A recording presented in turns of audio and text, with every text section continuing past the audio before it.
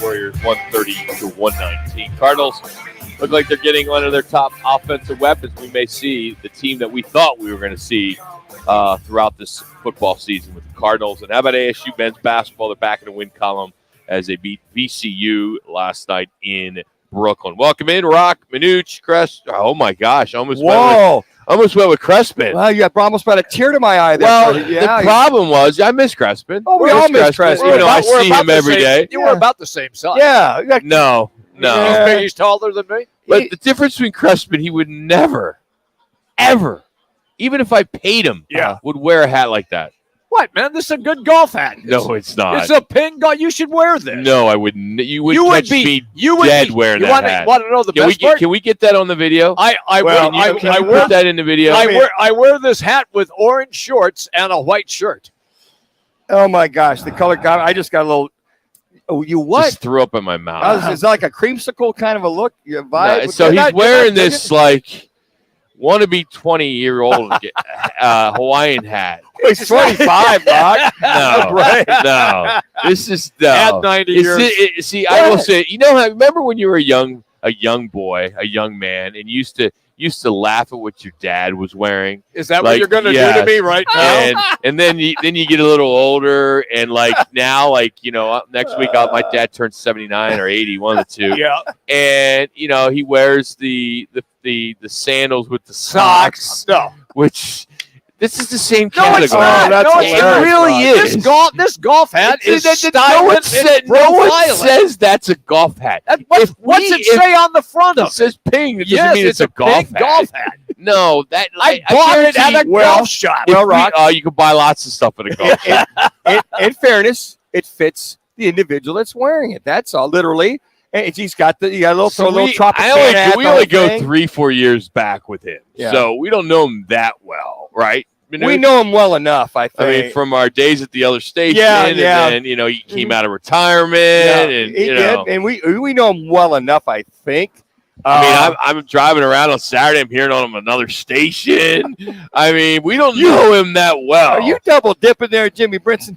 Look at you. And it's not Jimmy B on the other station. No, it's Jim Brinston reporting. So, it's one of those things. There's a classical. It's one of those things where you don't know much about him, and then you hear him on another radio station, like, oh, that's what he's doing. Yeah. Interesting. Jimmy, I think it looks just fine. It fits you. It fits you. If we decided to ask a bunch of people here at Twin Take a poll on Jimmy's hat? In the hat. Okay. I'll win. No, I don't. I would take the bet. I mean, I didn't do well last week with my bets, but I didn't do you well did, Roc. Yeah, you did not. I'm the only one that lost our underdog pick. Yeah, you were. You were the only one. I don't know what happened with Tennessee, man. I thought Missouri was going to score more, but anyway, we're going to get into that a little bit later. But we are out here at Twin Peaks thanks to our friends at Blue Moon and Coors Light. We've teamed up with them for the entire football season. Every Thursday, we're at a different location. Today, it's Scottsdale. You recall we were here last Friday as a makeup. We're going to be back here tomorrow as well as a makeup because Wright Toyota is doing some construction in our booth. We actually have a booth at the dealership that they are doing some remodeling, so we'll look forward to that. Hopefully in 2 weeks we'll be back there. But for now, we are here, and we're here tomorrow as well.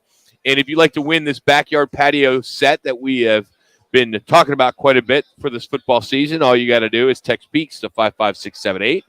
That's PEAKS to 55678. You can do it daily, and you have a shot at winning this customized backyard patio kit. Along with that, we are doing our fan pick'em, which all you got to do is go to fanpick'em.com. Richard Mealy was our winner last week from Phoenix, and congrats to Richard. So he was our winner last week, won himself a $50 Twin Peaks man card. So all you got to do is go to the website, fanpick'em.com, get your picks in, and you can win. So it's that easy. But let's get to the top stories that are making some news this hour, the 1 o'clock hour. Roc and Manuch with Jimmy B. Time for the top local and national stories of the hour. Powered by the Sportsbook at CAZ Sports Bar in Casino, Arizona. Bet big on your favorite teams and players in an environment that's as exciting as the game you're watching. There's no better place in the Valley to get in on the action. the Sportsbook at CAZ Sports Bar. Now, guys, what's your top story this hour? Suns had a nice win last night. Campaign, he had 29, a career high. Devin Booker, he chipped in 27. As they moved to 7-1 at Footprint. They're 9-5 overall. Payne started once again in place of Chris Paul, who missed his 4th straight game with a heel injury. They'll visit Utah tomorrow before returning home. The only game that they lost is the game that I went to, so I'm not going to go to any Suns games for a while. Good thing, Rock. Right? So your bad luck. Yeah, bad luck. Steph Curry had 50. That was a game where, if you watch the first half, I mean, it was unbelievable. And I'm listening to the commentators on ESPN. They're like, "Oh my gosh, the Warriors are giving up 70 in the first half." And I'm saying, well, the Suns are giving up 66 or whatever it was, 72 to 65. Yeah, and I'm like saying to myself, they're both. That's just, you can't look at a game like that and say, oh, one team gave up so many when they both were giving up a lot of points. They're going back and forth. It's interesting because it's like, okay, you're the champs, and the Suns want to prove that they want to beat them out as far as winning it all, and they're going back and forth, back and forth. It's like watching, going to Rutgers in the middle of Manhattan and watching the guys play street ball, go up and down. Rutgers is in New Jersey. Yeah. Well, wherever it's at. I mean, wherever it's at. I've been there. I've been there. I've been there too. I've been to games there. Back east, New Jersey. Rutgers. Yeah. The park, Rutgers Park. So Rutgers Court, going back and forth, back and forth. Wait a minute. Cheers. So we're all trying to help each other out. All right, go ahead. And we all slip a little bit, right? We make mistakes and say things that, we all do it. Like his choice wearing that hat today. Yes. Rutgers is in New Jersey. Yes. Okay, it's in North Not Rutgers. Jersey. I'm talking about Rucker Park. Rucker Park. You said Rutgers. I said Rutgers. No, I said no, Manuch. I said Rucker Park. You said Rutgers. I did not. You may not have meant it. No, but it's what you said. Okay, like if I write something out, you're going to read what I said. Rucker, and I can say what I wrote. Anchorman. I said Rucker Park. Back at Rutgers, like Rucker Park, going up and down the court. You can replay the tape. Oh, we will. Yeah. Ben, get that ready for. Get that ready. That'll make it in rewind tomorrow. Yeah. Rutgers, that's Rutgers, and Rucker. There's a difference there. Okay, so Rucker Park we know there's a difference. Now, I would not have brought it up. I know where Rutgers is at. Now, Rucker Park, I know is in New York. Correct. Okay, I know that. So I said Rucker Park in New York. Play the tape back. We'll get that at the end of the show. Anyways, all that being said, going back and forth. A Rucker Park happening is what it looked like last night. 72 to 65, halftime. I thought you want to add? I thought the first one to 140 wins that game last night, as a matter of fact.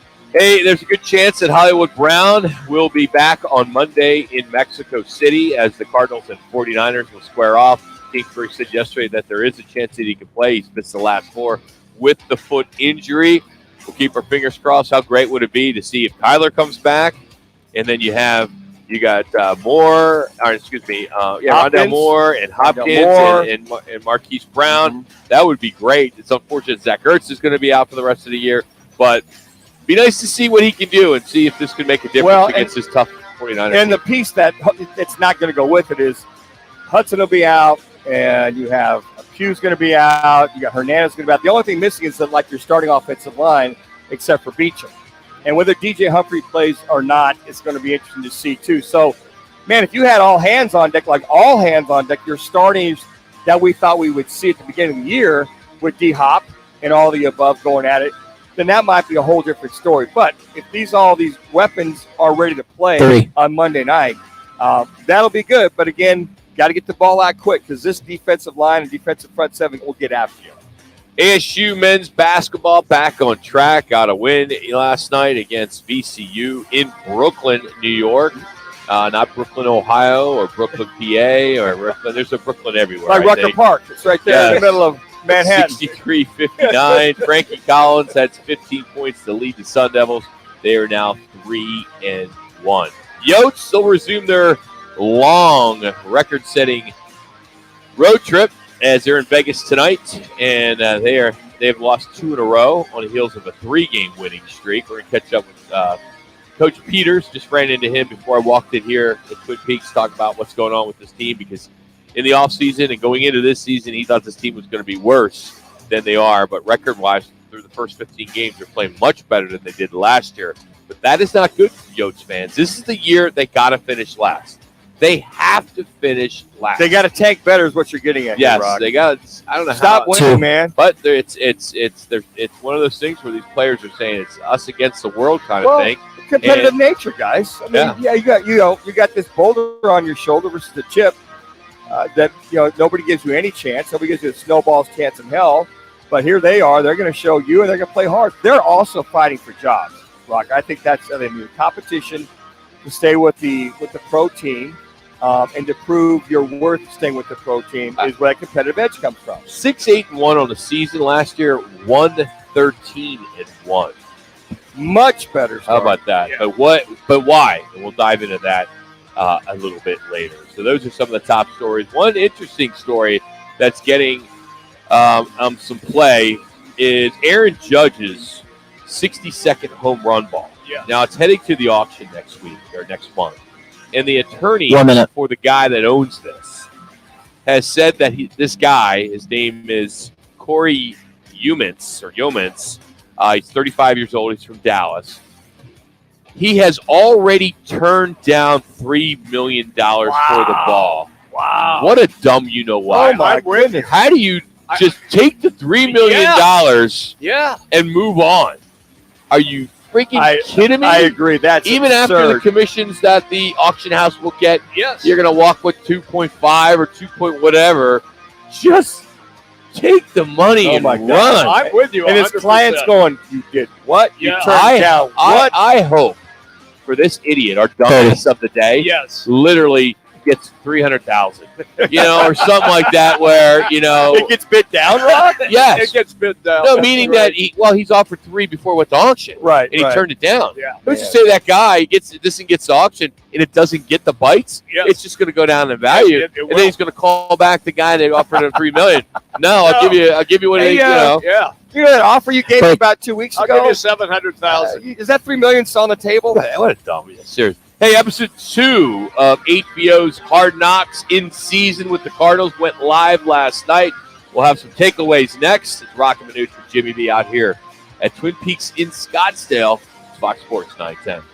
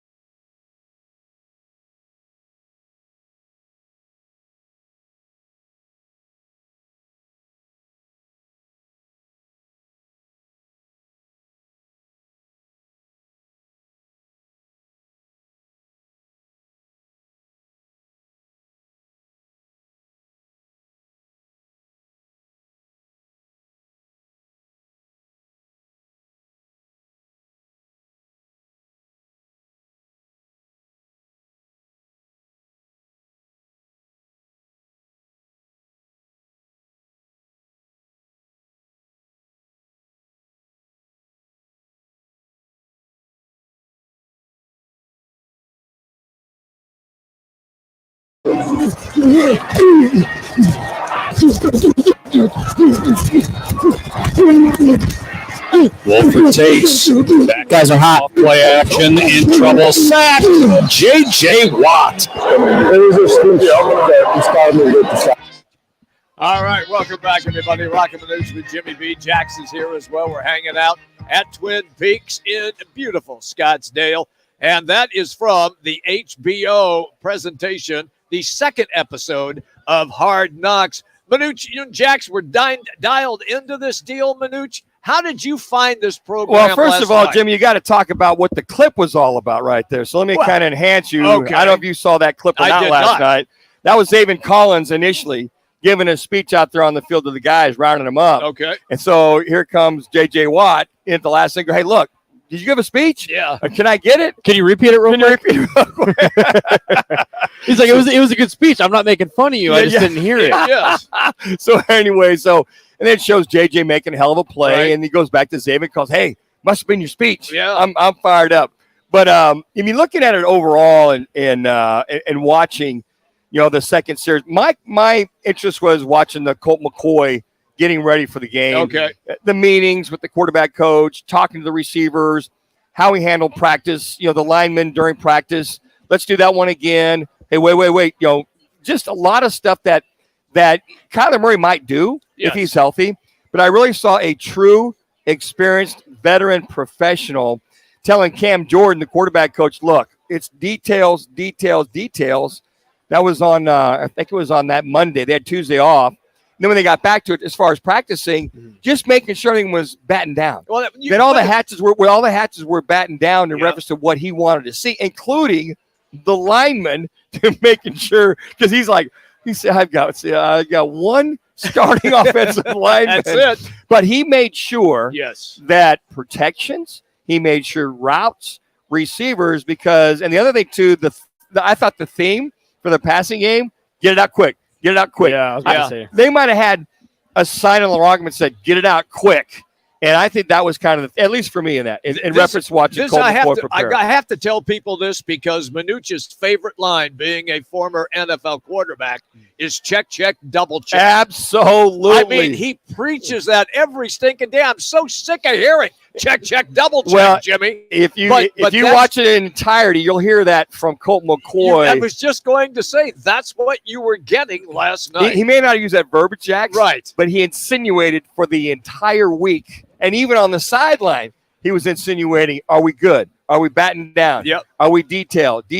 He's coaching the quarterback coach on what we need to do. Well, and like you said, Manuch, there, it's crazy to see like the veteran Colt McCoy and how he approaches the team, like with his speeches or with going up to guys, do you know what you're doing? Because 99% of the time, if you know what you're doing in a game, you're going to execute. Sure. You don't have to just if you don't know what you're doing, there's no reason to be out there. And I like to the Antonio Hamilton soundbite they had before, being like, damn, like he gets the ball out quick. Like we can't even do anything because he knows what already is going to happen pre-snap. He's got 1.5 seconds. He said that before with Aaron Donald. Interesting, because Jimmy, you and I had Kyle Vandenbosch on Tuesday. Yes. And I asked him that question. I said, do you guys notice the difference in guys on the offense, who's playing, who's starting? He goes, absolutely. He goes, the biggest difference for us, he said, if I was playing, was them getting the ball out quick, the accuracy, the consistency with the offense with Colt McCoy, the reads, the reacts. And lo and behold, the cameras on the sideline, and to your point, Jax, there's Hamilton and Marco Wilson, all the defensive backs. They're not sitting down. They're standing up watching the game, and they're like, damn, that dude's a veteran. Yeah. That dude's getting out. I mean, it's as if they've never seen that before. I was stunned and when you that know what? took place. They hadn't seen that before. Yeah, I was just going to say. But they hadn't seen the check down. They hadn't seen get out, because you got to remember, folks, he went the first 11 plays were pass plays. Pass plays, yep. Get it out, accurate, consistent, get the ball. And I thought that to that point, Jax, was interesting. You're right. Even the defense was noticing the difference with the veteran quarterback in the backfield. The thing that I was disappointed in is there was no Eno Benjamin dust up with the coach, so we didn't see that. And there wasn't anything really on Ertz getting hurt and done for the year. So that surprised me more than anything. Yeah. Because that Zach Ertz injury That was key. Was that third quarter? I think it was Third, early. I fourth? think it was second quarter. Okay. Yeah. Whatever it was, they didn't show any footage. Nothing. They didn't show him getting carted off. They Right. showed absolutely nothing. Yeah. And to that point, you think that, they would have showed him getting carted off and said, and one injury that might befell this Cardinals team is this. Well, I think the reason why they didn't show it, by the time they put this in the can and edited it, they didn't know what the injury was. I'm going to call BS on that. Me too, because they knew after the game that it was most likely going to be season ending. Yeah. So I would have loved to see like reactions from players or maybe even like Exactly. Trey McBride stepping in. Like just like it adds more build and adds more emotion to the episode. Watch the get the reaction from the players while he's getting carted off. Correct. Yeah. Yes. And then the Benjamin thing, that dust up happened. They're going to the locker room, what we are hearing, and we'll catch up with Howard Balls here at 1:30 and get his thoughts on what exactly happened. But that's one of those, it was probably a major dust up, but they're going to show that next week. Maybe they felt at the time, here's a victory, and you didn't want any bitterness on this victory They just with wanted Zach. to show positive. Yeah, that's the only thing I can think of. All right. But and then with Latavius Smith, the guard, Yeah. he's a rookie. Yeah. He's such a knucklehead. He said, I had no idea I was going to even play this year, let alone start. But I loved how Kelvin Beachum pretty much kind of put him in his place by not saying anything. Yes. He just kind of looked at him like, really? You just said that? And then I didn't realize they have a team dinner every Friday night, which I think is great. That was cool. I didn't know they did that either. Yeah, that was great. That was so cool. there's a lot of things as far as camaraderie or cohesiveness, I felt, that which is good for this team. But guys, no D-Hop to be found in this one. Right. James Conner was limited besides a couple of sound bites on the sideline. Which I don't mind. But I loved, got to tell you, man, I love the Sean Jefferson dad thing with his son on the Rams and how they put that all together. Yeah. Sean's he's a hard ass, man. I love it. I love it. A receiver, a former receiver is a hard ass. Holding his receivers and his son. Yes. Accountable. Yeah. I mean, after the game, his son came over. He was upset. He got a little teary eyed. He goes, "You got it. Hang in there. You got it." You'll pat him on the back and say, "You got to shake it off. Make it." The good thing was having his wife see his son catch a touchdown pass. You got that right. Well, that brings us then to our State 48 Roofing. It's your call question of the day. For a free quote, repair, or installation, head to state48roofing.com. Follow them on social media by searching hashtag sexy roof status. And here's the question. Does watching the Cardinals on Hard Knocks change your opinion of the team on the field? A, no, it's all about winning. Or B, yes, they are more cohesive. Once again, you can just go to Roc and Manuch Twitter and cast your vote, and we'll get into it a little later on in the show. I didn't realize that Kelvin Beachum, a little bit of a Kathy Chatty on the field with Floyd there, the linebacker. Yeah. The only thing I can think of is there's a lot of conversation going on down there. Absolutely. Which a lot I can't repeat here on this show. That is true. And Floyd must have said something to Beachum early on because he kept going, "Look at the scoreboard now. Look at the scoreboard now." I love that. Now, typically you wait till after the game's over before you do something like that. At the game's over, "Hey, Floyd." You look at him and just kind of point up to the scoreboard. That's it. But he was fired up. He was jacked up. He was the lone veteran on that offensive line. How crazy is it that Kelvin Beachum passed out during the week, almost had an appendicitis thing? And, and they were like, well, maybe it's because you didn't eat popcorn this morning. And I didn't realize he was obsessed with popcorn. He's just in the back eating his popcorn. What he did, they think it was too much popcorn that he was eating. They thought that it was like an intestines problem. Yeah. And the coach, a little blockage the line coach is like, "Dude, get out of here. Go lay down. You're sick." They eventually take him to the emergency room and find out nothing here but a little bit of a blockage. Or I guess it was irritation because of probably all the popcorn. So the next day, what's he doing in the meeting? He's eating popcorn. He's eating popcorn. It's like a staple. Real quick, I wanted to mention, how about Buda Baker? Beginning of the week saying, "Hey, guys, I'm probably going to be out for 3 weeks." And then the end of the week, he's just sprinting like it's nothing. The dude's a maniac. He's crazy. I have never seen a guy come back from that injury that fast. And unless they were working us with the high ankle sprain, maybe some gamesmanship going on. Yeah, he's out 3 to 4 weeks. But in all the meetings, the trainer's telling Cliff and everybody it may be 3 to 4 weeks. And Cliff's like, "All right, get him ready." And how about Cliff a little excited on the sideline with the touchdown pass to AJ? What would he say? He's like, sometimes in the Gotta league have you gotta have balls. some balls. Yeah, it was good to see. You're just now figuring that out now, Cliff. But the mismatch that they had with the receiving core was pretty good. And I think with Rondell Moore, they highlighted that too with JJ talking to him during the week and then giving him some love Right. after that great catch out on the sideline. Yeah, you got it. Hey, everybody, we've got an opportunity for you to win things like a lot of money or a trip to Hawaii. That's right. You heard me. You have your choice, a trip to Hawaii or win $5,000 in cash. All you have to do is just go to fanpick'em.com and make your plays. That's all you have to do. It's all courtesy of Twin Peaks, Blue Moon, and Coors Light. Fanpick'em.com. Get your weekly picks in, and you'll have a chance to win a trip to Hawaii or $5,000 in cash. Once again, that's fanpick'em.com. So what's the status in the quarterback room, and will any of the injured offensive linemen be back for Monday night's game against the San Francisco 49ers? Arizona Cardinal beat writer Howard Balzer is our guest, and it is next as we continue live from Twin Peaks in Scottsdale on Fox Sports 910.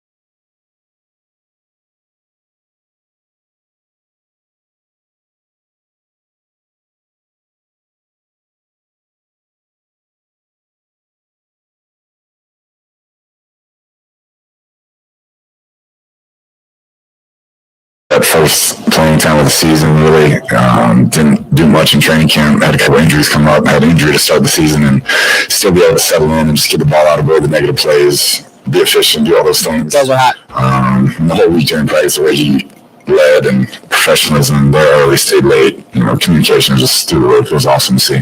Coach Kingsbury talking about his quarterback, Colt McCoy. Will he go Monday or not? We'll find out sooner than later. You kind of wish it was Sunday, but we'll have to wait till Monday. That extra day could be the difference if Kyler Murray's going to go. Joining us now, Howard Balzer, Cardinals NFL reporter, GoPHNX.com. And this guy does radio hits throughout the country. I'm listening to KMBR yesterday, and what are they doing? They're talking about something Howard Balzer said on their show. It's unbelievable. Howard, how many hits do you do a week? Some weeks are a little bit busier than others, but I would say I do a weekly one in Houston every week. The KNBR was just a one-off, and I was on the Rich Eisen show on Monday. He wasn't on it. Someone was filling in. So, usually I would say it's maybe, an average of 2 or 3 a week. So you keep all your good stuff for us, though, right? The best stuff is for Roc and Manuch with Jimmy B, correct? Yeah. Oh, yeah. Well, you guys are must. I mean, that's that's on the schedule. That's on the schedule every week. Yeah. I do have to mention, last week we had an issue that you thought it was with my connection or something, but there's something going on there with me being able to hear you guys. It's very raspy. I don't know what the story is, but I don't know. All right, you're telling us that's for right now, right? You're saying that? All right, Ben, let's see if we can fix that. Why don't we do this, Ben? Howard, why don't we're going to reset. We're going to call you back, and we'll see if that clears it up, because we want to make this your best radio hit of the week. Yes. So we got to make sure it all works. Yeah, I heard your producer fine. It was clear. Okay. But on this, it just comes in. It's really hard to understand what you're saying. All right, let's. We'll call you right back. So we'll call you right back. Howard Balzer are going to join us here in just a minute. Again, you can catch him on GoPHNX.com. But typically I like to listen to the opposing team's stations. Sure. The week, and of course, they had a lot of talk this week. Listen to Papa, who you guys had on yesterday. I was off, and listen to his show. I listened to his show quite a bit this week, and some of the other shows that are on KMBR. I just happened to be in my car, and it's kind of cool to listen to those guys. But they're talking about the Cardinals and Howard Balzer, and I was like, oh man, he's doing hits in the Bay Area. Old home week right here in the Bay Area. I gotta imagine for the Cardinals, it's a must win, because if they lose this, they're 1-4 in the division. That's correct, and it's pretty much game set match. Because if they do make a run, last week was a must win too. This week's a must win as well. Okay, because within the division, Rock, you got to win these. They're in playoff mode right now. You have to be, because if you win, great, then you can make a run. But if you lose this game against San Francisco and you make a run, now. you got pretty much the whole scenario is, a tiebreaker. And if you lose within that division, that's San Francisco or Seattle. The Rams aren't going anywhere. If the Cardinals make a run, it'll be San Fran or Seattle. Okay, Manuch. Howard wants to talk. We're interviewing him. You can go do a hit in another market. All right, Howard, the quarterback room is our discussion. What do you think is going to happen on Monday? Yeah, it's a great question. Obviously, a huge game, certainly. Obviously, it's an understatement to say what a difference it would be between, 4 and 7 or 5 and 6. And it was a tough team. One of the big things about Sunday, I think, while everybody's, Colt McCoy's great and all this, the Cardinals had their third lowest offensive output of the season in yards in that game. But they were efficient. They didn't have any turnovers. But the key was they didn't fall behind, because the Rams are so hard on offense. Well, the 49ers are a better offensive team. And, they got Christian McCaffrey. They got Elijah Mitchell, another running back who just came back from the injured list. They got Deebo Samuel, although he's been a little banged up. You got George Kittle. You got Brandon Ayuk. So I think the big key for this game for the Cardinals is going to be on defense. And, get some takeaways like they did last week, which was a difference, and not have any turnovers on offense. I think that's going to be the real key in this game against the 49ers in Mexico City. Lest we forget that Colt McCoy did beat this 49ers team last year. Was it 31-17 there in San Francisco? This year, pretty much if Hollywood Brown could go, from the receiving core, running back core, quarterback question mark, it will be all hands on deck, except the offensive line, where it looks like Beecham may still be the only starter from the offensive line. Yeah, I mean, and we don't know about DJ Humphries, but at least, Josh Jones does a credible job there. DJ did not practice today, and Marquise Brown was out there practicing, and he will not be listed on the injury report because he's not officially a part of the roster, but he looked to be running around pretty good. So that would be a big boost for the offense. And, the key with the whole, Benjamin thing is one concern I have that Cliff Kingsbury said he doesn't, but in the offseason he said it was important to find a good job share with James Conner. I mean, he played 96% of the snaps on Sunday. And when that has happened in the past, when he's played too many snaps, he gets injured. And there's not a whole lot behind him right now with Keontae Ingram. And then I'm sure they're going to bring up one or two guys from the practice squad and see how that running game goes. And who's going to be the quarterback? Is it going to be is Murray? Are they going to try to have Murray go? Is it going to be McCoy again? I don't know if we'll know that until game time on Monday night. Although my sense is it might be McCoy again, just to make sure that there's more days and more time for Kyler to come back from yet another injury. Because listen, I mean, he acknowledged yesterday in talking to the media that the original injury actually happened the week before the game against Seattle, against Minnesota, and then he tweaked it more against Seattle. So you just want to be sure that he's absolutely right when he comes back. How egregious of a comment did Eno Benjamin make to whomever as the backup playing pretty solid football make to whomever, wherever, to get cut? What's the story behind that, Howard? Well, no one really knows. And obviously that's led to speculation. And then you have people, saying, oh my goodness, here's the Cardinals messing up again. Why would they do this? Well, he had to have done something I would think pretty egregious for him to be cut. And, if it's a private conversation with a coach, that's one thing. Yeah. It's a whole other thing from the way it's being reported is that it started on the sideline where he's confronting a coach, and then it fairly spilled over into the locker room after a victory. And so, the other thing we don't know is this the only time this happened, or has there been a little history with Eno? We don't know a lot of these things. The one thing we do know is on the Go PHNX podcast last night, a director of Hard Knocks, Terrell Riley, he said, hey, all I'll say is, when they asked about Eno, he said, all I'll say is make sure you tune in next week because that's going to be must-watch TV. And he said he was shocked by what was seen. Wow. So we'll see how much that the team is going to allow to be showed because they do have veto aspect. I think sometimes it's good to show it because then it justifies what the team did. So, we'll have to wait till next Wednesday probably to really find out anything. And who knows if we'll even find it out then. 3. I want to pick your brain on this because the 49ers went to Colorado and are training at 5,000 feet.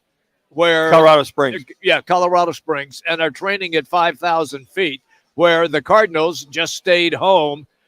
It's 7,500 feet at Mexico City. If indeed the Cardinals get dusted in this game by the 49ers, are people going to come back and say, well, they should have gone to Flagstaff or they should have gone to Albuquerque or some high place where they could have got in a week of training just because of how high it is in Mexico City? It could happen. And Cliff Kingsbury was asked about it. He said they considered, a lot of different options, and they just felt it was better to be here. They've been doing some certain training aspects with bikes and at altitude and things like that to get prepared for it. But if it becomes an issue, it could be one of those things where can you really tell what the issue is? If guys are getting false starts or the Cardinals, go back into the bad, a lot of the bad stuff that they did. A lot of times that's just player execution. Now, do they run out of gas in the fourth quarter? That's where I think, have a little bit of concern if it kind of wears on you, during the game. And so, but I'll say this.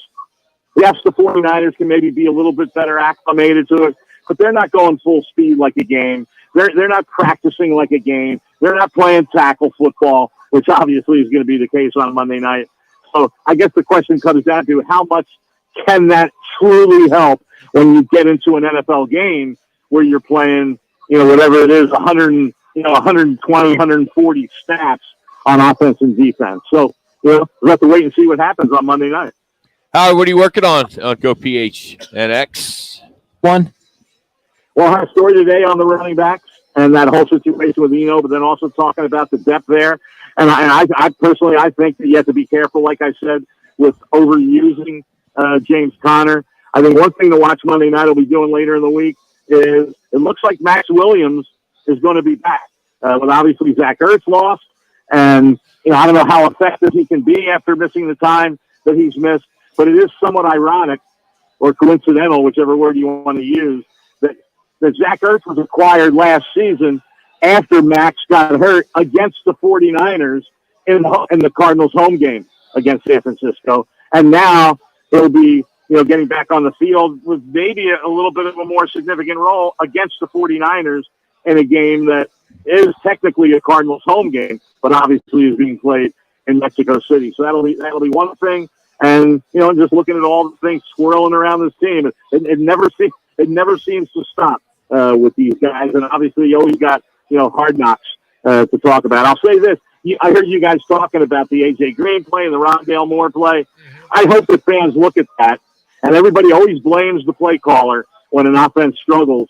But Kingsbury knew the coverage they were going to be in. He called both those plays that it was going to be there. Obviously, the players had to execute because if Green or Moore don't make that catch, it's not a problem with the play call. It's with the execution. And so I'm looking at it and seeing. I'm wondering if fans are changing their opinion a little bit of Cliff Kingsbury in terms of all the things that he constantly gets criticized for when fans don't really know what's going on behind the scenes. Great stuff as always, Howard. Thanks, man. Have a good weekend. All right, guys, take care. You can follow him at hbalzer721. Makes a good point.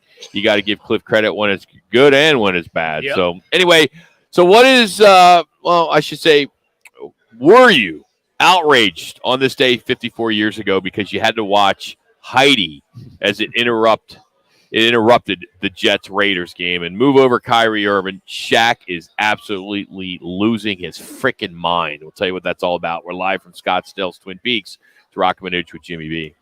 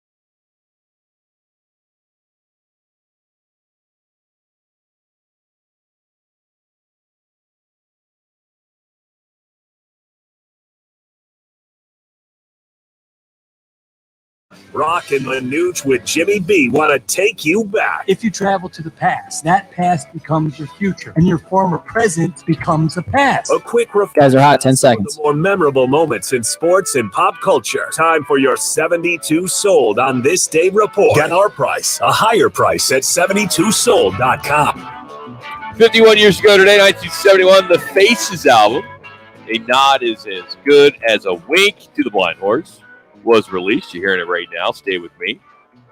54 years ago today, 1968, NBC outraged the football fans by cutting away from the final minutes of the New York Jets-Oakland Raiders game for a special, very, very special presentation of Heidi, which was on the schedule. Fans missed seeing the Raiders come from behind, score 14 points in that final 65 seconds to beat the Jets 43-32. Yeah, I had to miss it because we had to go to church and leave at 4:30 for 5 o'clock mass. And and the Raiders were coming back, man. And little did I know, we got home, we caught the last half of Heidi, that there was this outrage that they cut into Heidi into the game. Here's the interesting fact about that. They got over 10,000 phone calls at the NBC switchboard and crashed the switchboard.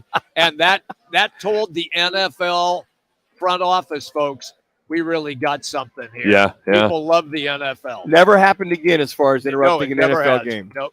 Back in 2011 on this day, Major League Baseball announced a major structural change for 2023 as a result of the sale of the Astros, as the Astros would move from the National League Central to the AL West, giving both leagues 15 teams split into 3 5-team divisions. As a result, you had a balanced schedule, interleague play, all that other good stuff. Got rid of the odd number and all that, but also helped the Astros go on and start winning a couple World Series, to say the least. And that was at the throes of their downtime as well, too. They were trying to – we used to kid a lot, right, about the JV team in Houston, or the minor league team, I should say, in Houston moving on. But that was so odd because it took us a while to kind of go, oh, that's right, they're American League now. National League for so many years. And all those records that Nolan Ryan and so many of Biggio at second base and all those guys just had. Stayed on this day in 2000, former Phoenix Sun, Jason Kidd, had quadruple double. That's 18 points, 12 rebounds, 10 assists, and 14 turnovers as the Suns lost to the Knicks by 5. The turnovers tied an NBA record that was set originally by Atlanta's John Drew in 1978. Happy birthday today to a gentleman who I think is probably one of the best analysts in our market right now. One of the top 3. I'm not going to give my top 3, but because they're not all on our station. But Kyle Vandenbosch, he's his birthday's today. So Kyle, a former Cardinal and Titan and Nebraska Cornhusker, was happy birthday. And so if you're listening, happy birthday. As a matter of fact, his 2 sons who are freshmen at Brophy got offers from Nebraska last week. So that's good. Hopefully, I bet they commit like anytime soon here. But would they both go at the same time? They're both freshmen. They're twins.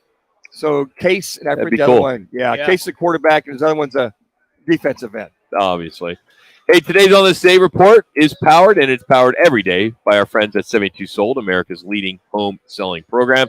Home sellers, you need 72 Sold more than ever, and they have a solution for today's home seller market. There's no better way to sell your home than 72 Sold. Don't make the mistake by going the traditional way. Go to 72sold.com. Let them show you that you can get top market price for your home. Go to 72sold.com and get your price a higher price at 72sold.com. I want to get into something I think is just absolutely bizarre. What is it with basketball stars and their freaked out conspiracy theories?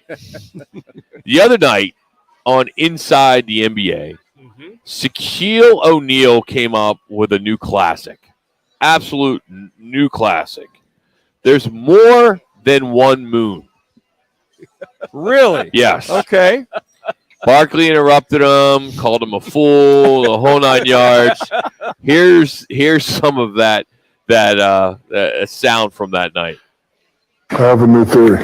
There's more than one moon. Oh, let me tell you my theory. The other day I was riding, and the moon was on the left. And I'm keep going straight, then making new turns, and about 20 minutes later, the moon was behind me. That's because it was moving, fool. There's more than one moon. And then another 45 seconds, the moon was on my right. It's more than one moon. He can't be serious.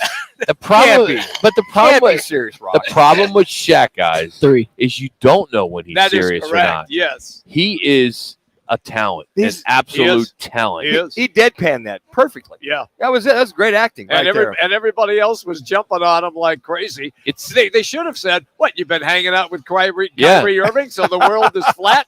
It's just so hard to tell if he's serious. You just I know. never know these days if he is or if he isn't. I hear that. I laugh. I go, Yeah. you're just being funny right now. But some people might take him serious. Sure. So he knows his audience. He's like, Yeah. if I can get one guy to go, hey, did you know there's at least more than one moon out there? And you got him. Our dumbass of the day, which you could almost say Shaq is if that is serious, but a car thief escaped the police the other day, but he was later identified when the car owner noticed that there was a device connected to it named Daryl's iPhone. The police figured out who Daryl was, but he's still on the run. Yeah. This happened in Pittsburgh. Just a How slight, about that? just a slight thing. Daryl's you didn't know. iPhone, Yeah. I better get out of this car and get the hell out of here. That's fun. They'll track me down in a man. heartbeat on Daryl's iPhone. Yeah, our random fact of the day is brought to you by our friends at the Valley Chevy Dealers. Your Valley Chevy dealer serving the Valley for over 80 years. For a Chevy dealership near you, just go to valleychevy.com. Coming up in our second hour of the big program here at Twin Peaks in Scottsdale, we're going to catch up with Steve Peters, talk about this hot Coyotes team that no one's talking about. Mhm. I don't know when people will talk about them or take them serious. I have a feeling that nobody. a feeling. I have that feeling. Don't get him started, Rock. Here's No. I don't mind getting him started. It's when Okay. getting you started. Oh, don't get me started. Here's the deal: is that I believe that they will be taken seriously if indeed they are within the hunt when we get down to NHL playoff time. If they're going to make the playoffs, then I think people will I take think them seriously. I think they notice a lot sooner than that. I don't think so. Because if they're making I a don't run, think No, I disagree. I don't think so. Manuch, love you, man, but no, You don't disagree. think so? No, If they're like in the hunt, No. having a chance to make the playoffs, people come out of the woodwork and go, hey, did you Where are they see going to the go? games? Yeah. When you can only fit 4,600 people in Yeah. your freaking I'm arena. not talking about going to the game. I'm talking about them getting interest. 30. People talking about it. And there's some The only way buzz. they'll get interest if the Suns are, losing like crazy. The football season's over. What else is there talking? Baseball, it's like the Diamondbacks aren't relevant anymore. If there's a team that's relevant and have a chance to make the playoffs, I guarantee you Coyotes will be talked about almost daily. Yes, in March. Yeah, March. Well, if Season's that's over. That's man. what I'm saying. It's the end of the season. Yeah. Oh, we're out here at Twin Peaks Scottsdale. Thanks to our friends at Blue Moon and Coors Lights.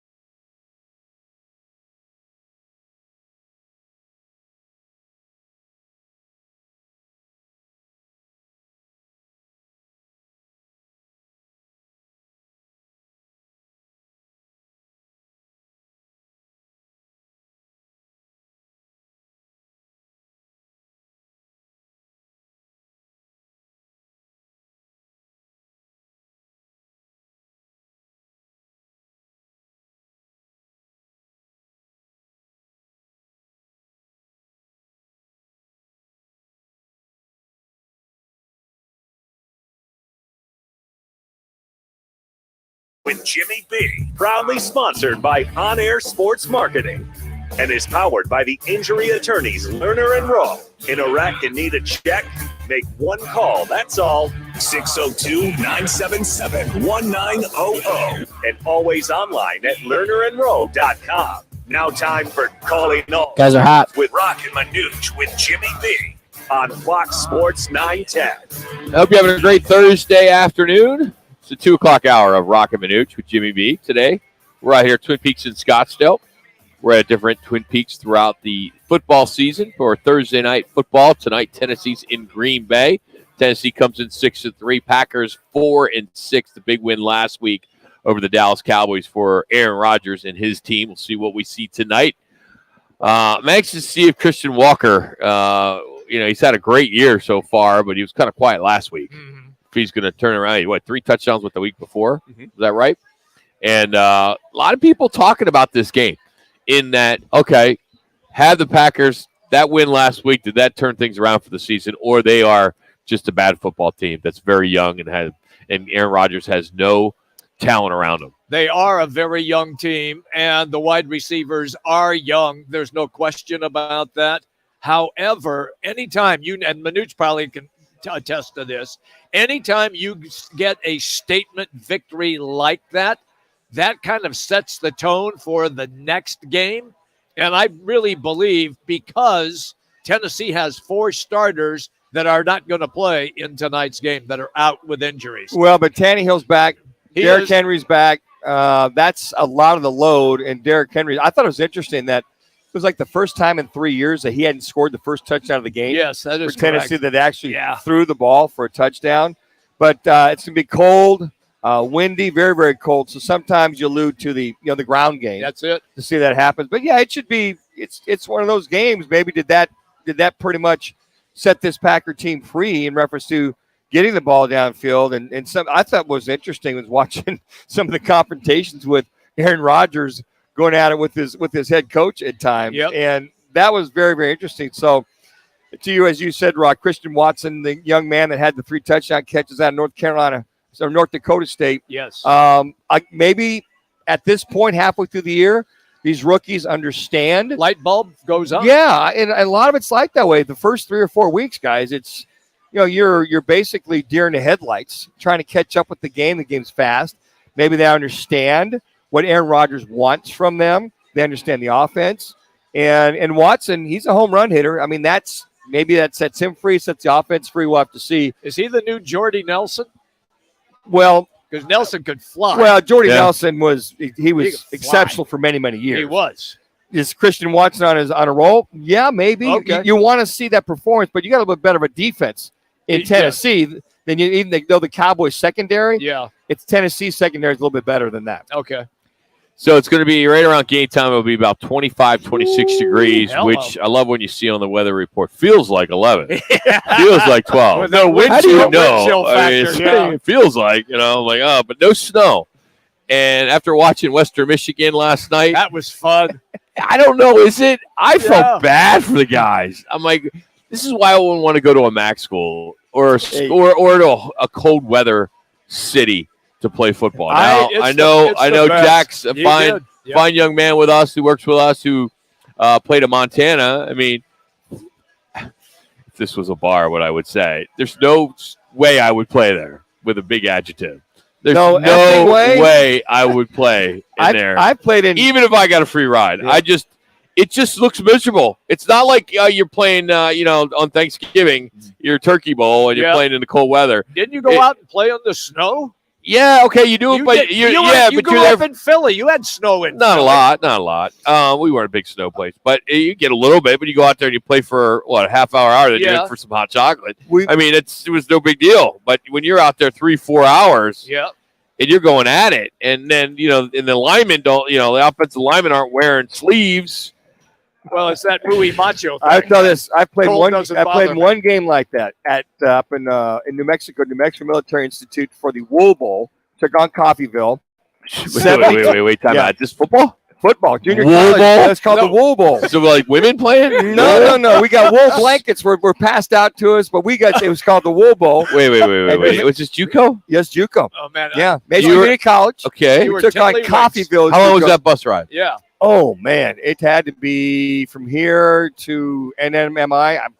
8 hours, 9 hours, had to be. We stopped at Page to practice and work out, and then we drove all the way into New Mexico Military, Roswell, New Mexico. Yeah. It's beautiful weather. It's Thanksgiving weekend. It's and basically it's 70 before the day before. Storm comes in. We have nothing but snow. We wake up. There's about 3 inches of snow on there. Temperature drops. We play in that game, and it's snowing just like it was 3 last inches night. is nothing. But that was in the morning. We woke up. So we get out there, and it's a big pageantry because it's the Wool Bowl, and they got 3 or 4 hot air balloons out there. It got so cold and so snowy they couldn't take off. Sure. And there's no footage of those 2 touchdown passes I had in that game because the film froze up because it was 13 degrees at kickoff, and we played it in more of a dry snow.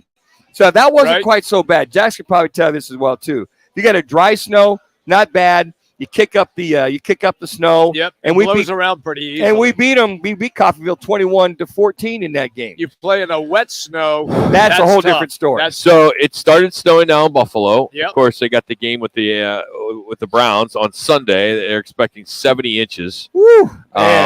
Lake effect snow, right? Been there. Are they in some snow belt, which means that they get more snow? You live there. I did. Here's how it works. Snow belt. Because Lake Erie is the shallowest lake of the Great Lakes, and so it gets the warmest during the summer, like 75 degrees sometimes. The water does? Yes. Oh, yeah. You go water skiing in it, everything.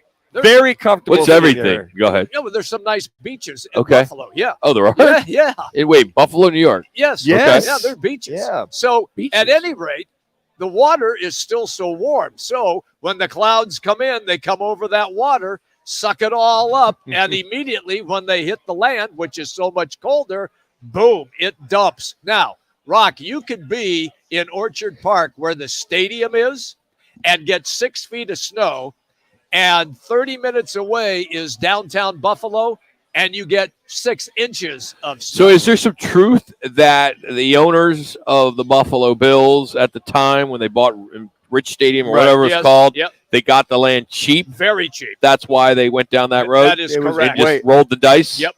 And it was but they built that they call it the snow belt.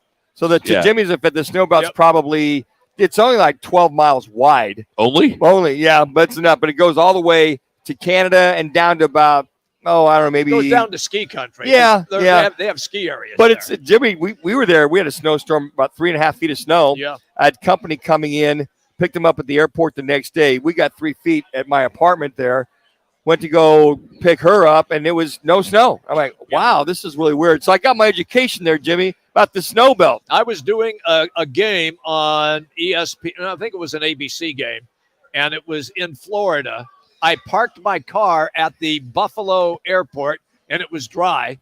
So I left. It was a Saturday, so I left on a Friday, did the game Saturday night, flew back Sunday. I couldn't find my car because it was just covered in snow. And when that in the whiteouts, Rock, I don't know if you've ever experienced a whiteout. Unbelievable. You can put your hand, but practice, we had a whiteout. We still went out and practiced for about a half hour. Coach Knox, that's enough. Let's go inside. You can put your hand out in front of you, extend your arm. You couldn't see your hand. Yeah. So it's coming down like that. And you get something like that, 3-4 feet of snow, that's okay. Fortunately, it happened on a Friday. But Denver, who was coming in to play us that weekend, had to land in Niagara Falls. Right. Because they couldn't get in because of snow at the airport. I've landed in Rochester many times because they didn't have any snow and Buffalo was getting dumped on. Rent a car and drive back to Buffalo, and the roads are dry on the thruway. You get within about 5 miles of Buffalo, and it's a curtain of snow. It is amazing. You drive into it. It's a wonder. Thanks. I'll stay here in Phoenix. So that game, the Bills-Browns game, might be moved to Detroit. They got to make a decision tomorrow, like they did several. Was it in 2014? 14. Where Buffalo and I forgot who they played, and attendance was free. I think it was on. They moved it to a Monday. Mine moved to Sunday, but they may have to do that just because if you get 4.5, so 5 if attendance is free, do the season ticket holders for the Bills get a refund? That's a good question. Good question. Yeah. Because that doesn't happen very often. No, it doesn't. Or maybe a Hey, credit if you missed it last night, the Suns got by the Warriors 130 to 119, despite Steph Curry having 50 points. He was great. Cam Payne had a great night. He had a career high 29. Book, he added 27, and they're now 7-1 at Footprint Arena. They have 5 losses on the year, so 9-5 overall. But Payne, what a game he played.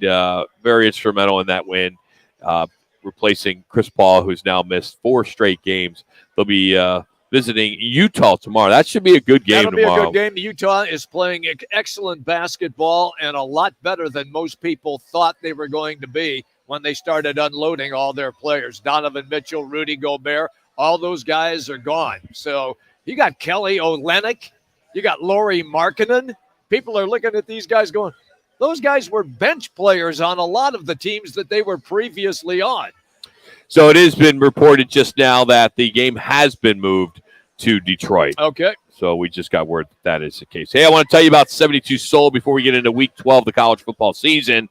As everyone knows, the home sales market is getting tougher. The number of sales are down. The prices are down, which is a good thing if you're looking to buy. But 72 Sold, they're still getting top dollar for their customers. And they can get your house in front of tons of potential buyers in just 72 hours. You're making a big mistake if you go the traditional route. 72 Sold has a solution for today's home selling market. Then why go anywhere else? They continue to be the best. So go to 72sold.com, get your price, a higher price, only at 72sold.com. As I mentioned, Week 12 is here. The college football season upset watch. And the latest on UCLA as they try to clear their final hurdle for leaving the Pac-12 to the Big Ten. We'll get into that as we continue from the Twin Peaks in Scottsdale, thanks to Coors Light and Blue Moon. You still got time to register to win the customized backyard patio set. All you got to do is text PEAKS to 55678, PEAKS to 55678. It's Roc and Manuch, Jimmy B, right here on Fox Sports 910.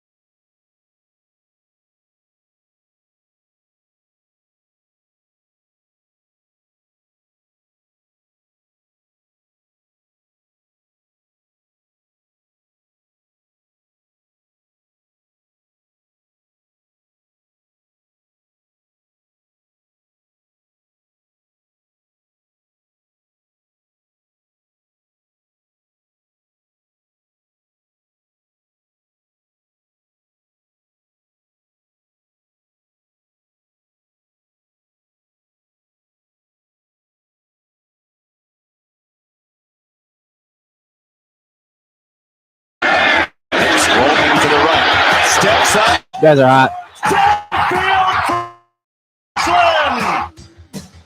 College football week 12. Oregon won last week. Hell of a game. Hell of a game. As we look forward to this week, the UCLA officials are meeting right now with the University of California in a meeting to decide the ability of the school to leave the Pac-12 for the Big Ten. The UC Regents and Governor Newsom, he's a winner, were upset about not being informed prior to UCLA announcing to the Big Ten. So they were basically just kind of caught off guard back in June.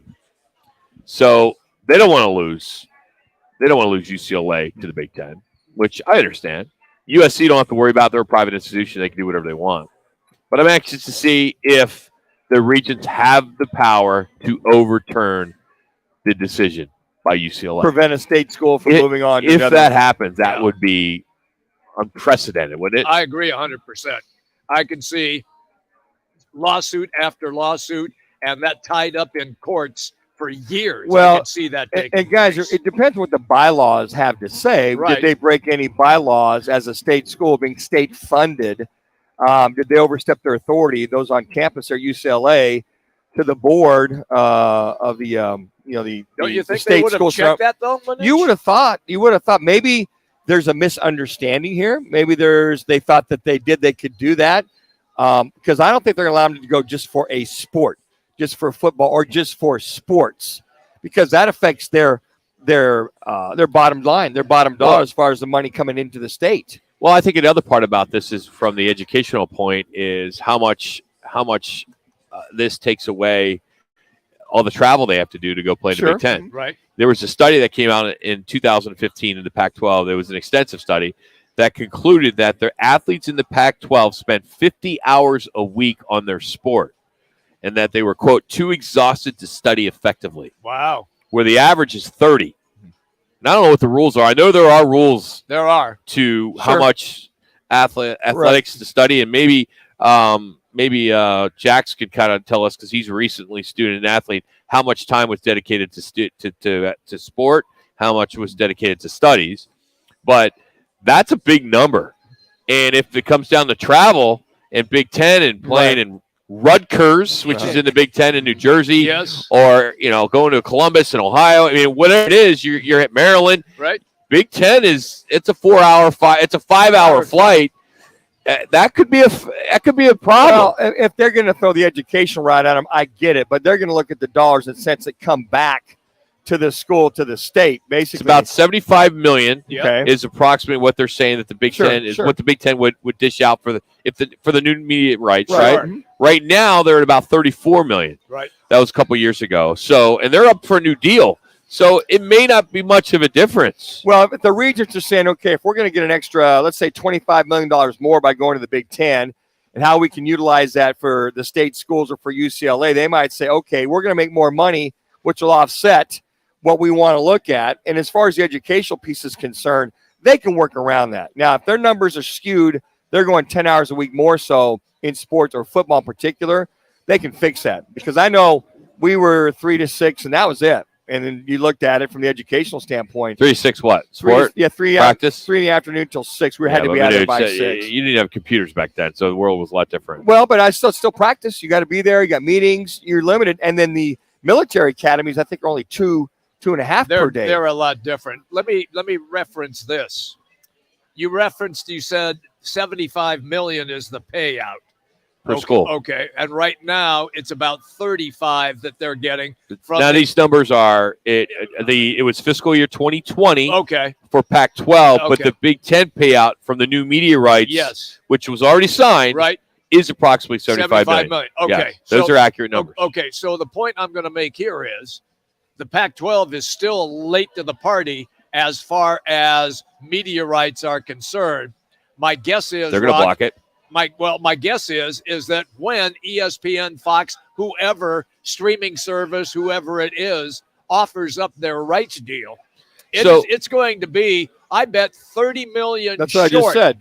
25, 30. Yeah, right in that. Yeah, I can't. Well, what if the commissioner says, "All right, UCLA, I'll give you a bigger percentage than say Arizona State because you're in a bigger market." So you're going to discriminate your other schools? Why not?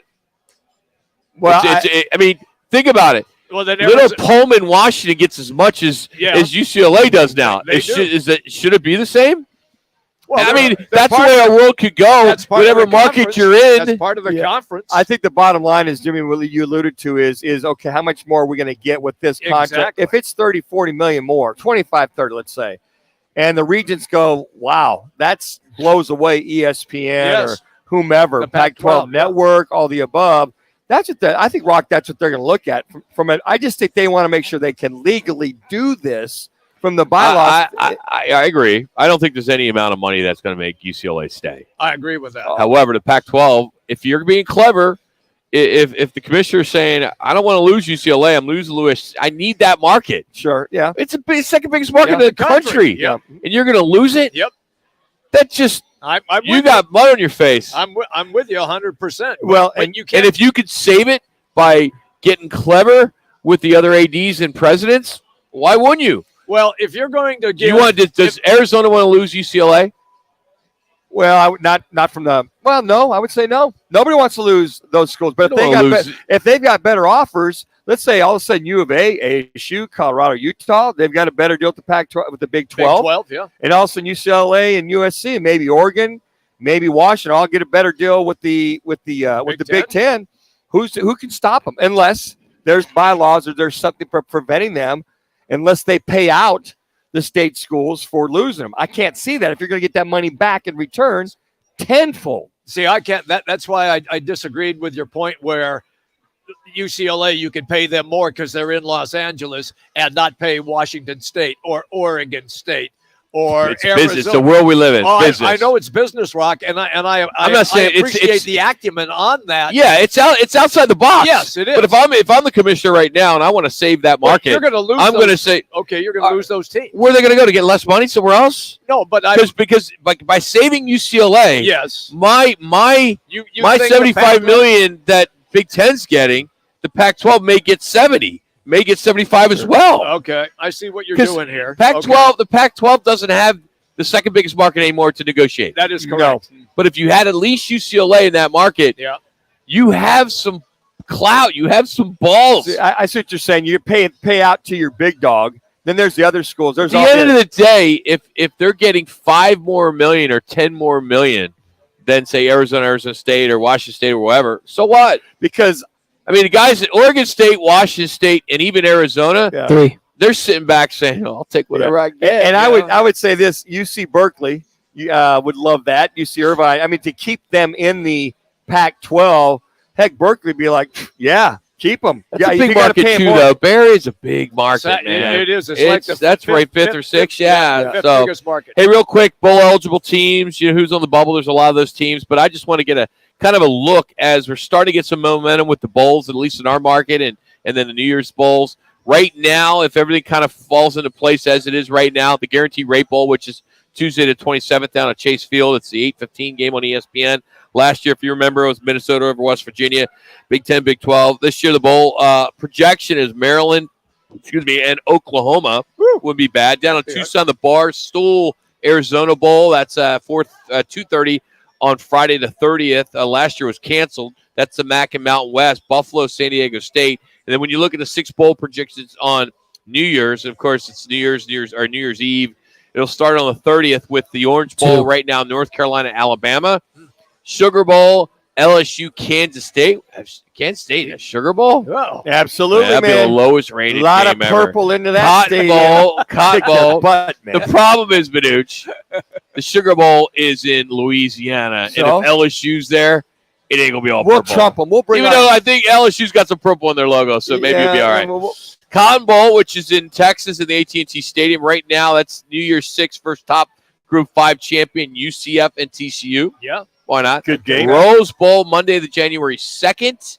Big 10 versus Pac-12. Michigan, Oregon. Like that. And then it goes from there. So, the semi, let's just say it's Clemson, Georgia, Ohio State, Tennessee. Atlanta will get, I would say, Clemson, Georgia, because it's closer. It's in their backyard. Yeah. And then we would get Tennessee, Ohio State. God, that'd be great. The national championship will be a week later. So be a lot of fun. Tennessee, Ohio State. Ohio State, they got like a second home here when it comes to the bowl. And Tennessee's not going to Tempe be and Phoenix, Arizona. Tennessee, if they keep putting 700 yards of total offense on people, they could. Hey, the Yotes continue their record-breaking road trip. They got the Golden Knights tonight. The Yotes have won 3 of their last 5 on the road. What's been the key to this success?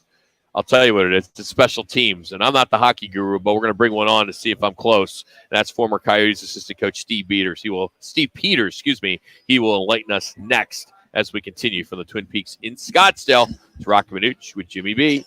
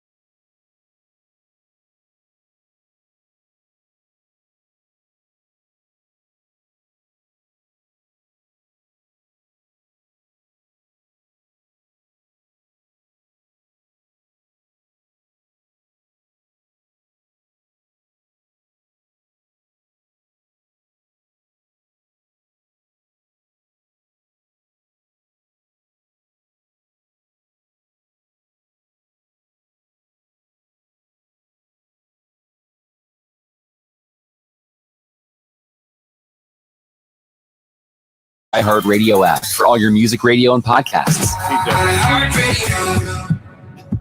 The free AutoZone Fix Finder service can all right, guys, 10 seconds. Pretty open, and then Yotes Rangers highlight. And help you save time and money down the road. Restrictions apply. Get in the zone. AutoZone. I will, Bellis. Time now to go behind the mask and on the ice with former NHL coach and current NHL insider, Coach Steve Peters. Now here's Coach Pete on Fox Sports 910 on FM at 99.9 HD2. Dangerous, but he missed the net. Guys are hot. Set up for Richie, goes to the corner. Keller shoots and scores. A sharp angle. That was some shot by Clayton Keller. And thank you to MSG for that highlight. And it's Roc and Manuch with Jimmy B. Roc will be here in just a moment. But we want to say good afternoon to Steve Peters. We want to dive into what this young Coyotes team is beginning to accomplish.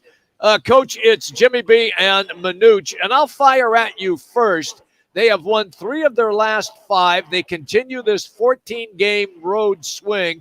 They play in Vegas tonight. What has changed that you have seen from the beginning of the season to where they are right now? Well, there's 4 things. Let's start with the special teams for sure. Their power play and their penalty kill are both top 10 in the league. Their power play is 4th in the National Hockey League right now. They haven't been top 10 in both of those categories since Dave Tippett was here. That's 1. 2, their goaltending's been much, much better over the last 10 days than it was early in the season. They were giving up 6 goals a game through the first 2 weeks. They're no longer doing that. And thirdly, this team's got a chip on their shoulder, and they're playing together. They're playing like a group. It's us against the world, and they're all pulling the same rope, and it's someone different every night. Tonight it could be Richie. Tomorrow night it could be Keller. All right, then are you surprised with how quickly then this has developed? Or didn't you were like me, I thought it was going to take at least halfway through the season, maybe 3/4 through the season. Hell, we thought for the next 5 years, Steve. You kidding? Yeah, well, I hate to say it, Manuch, don't get too excited. Okay. This isn't going to last, and I tell you why. Because it is imperative that this team gets a top 2 pick in next year's draft.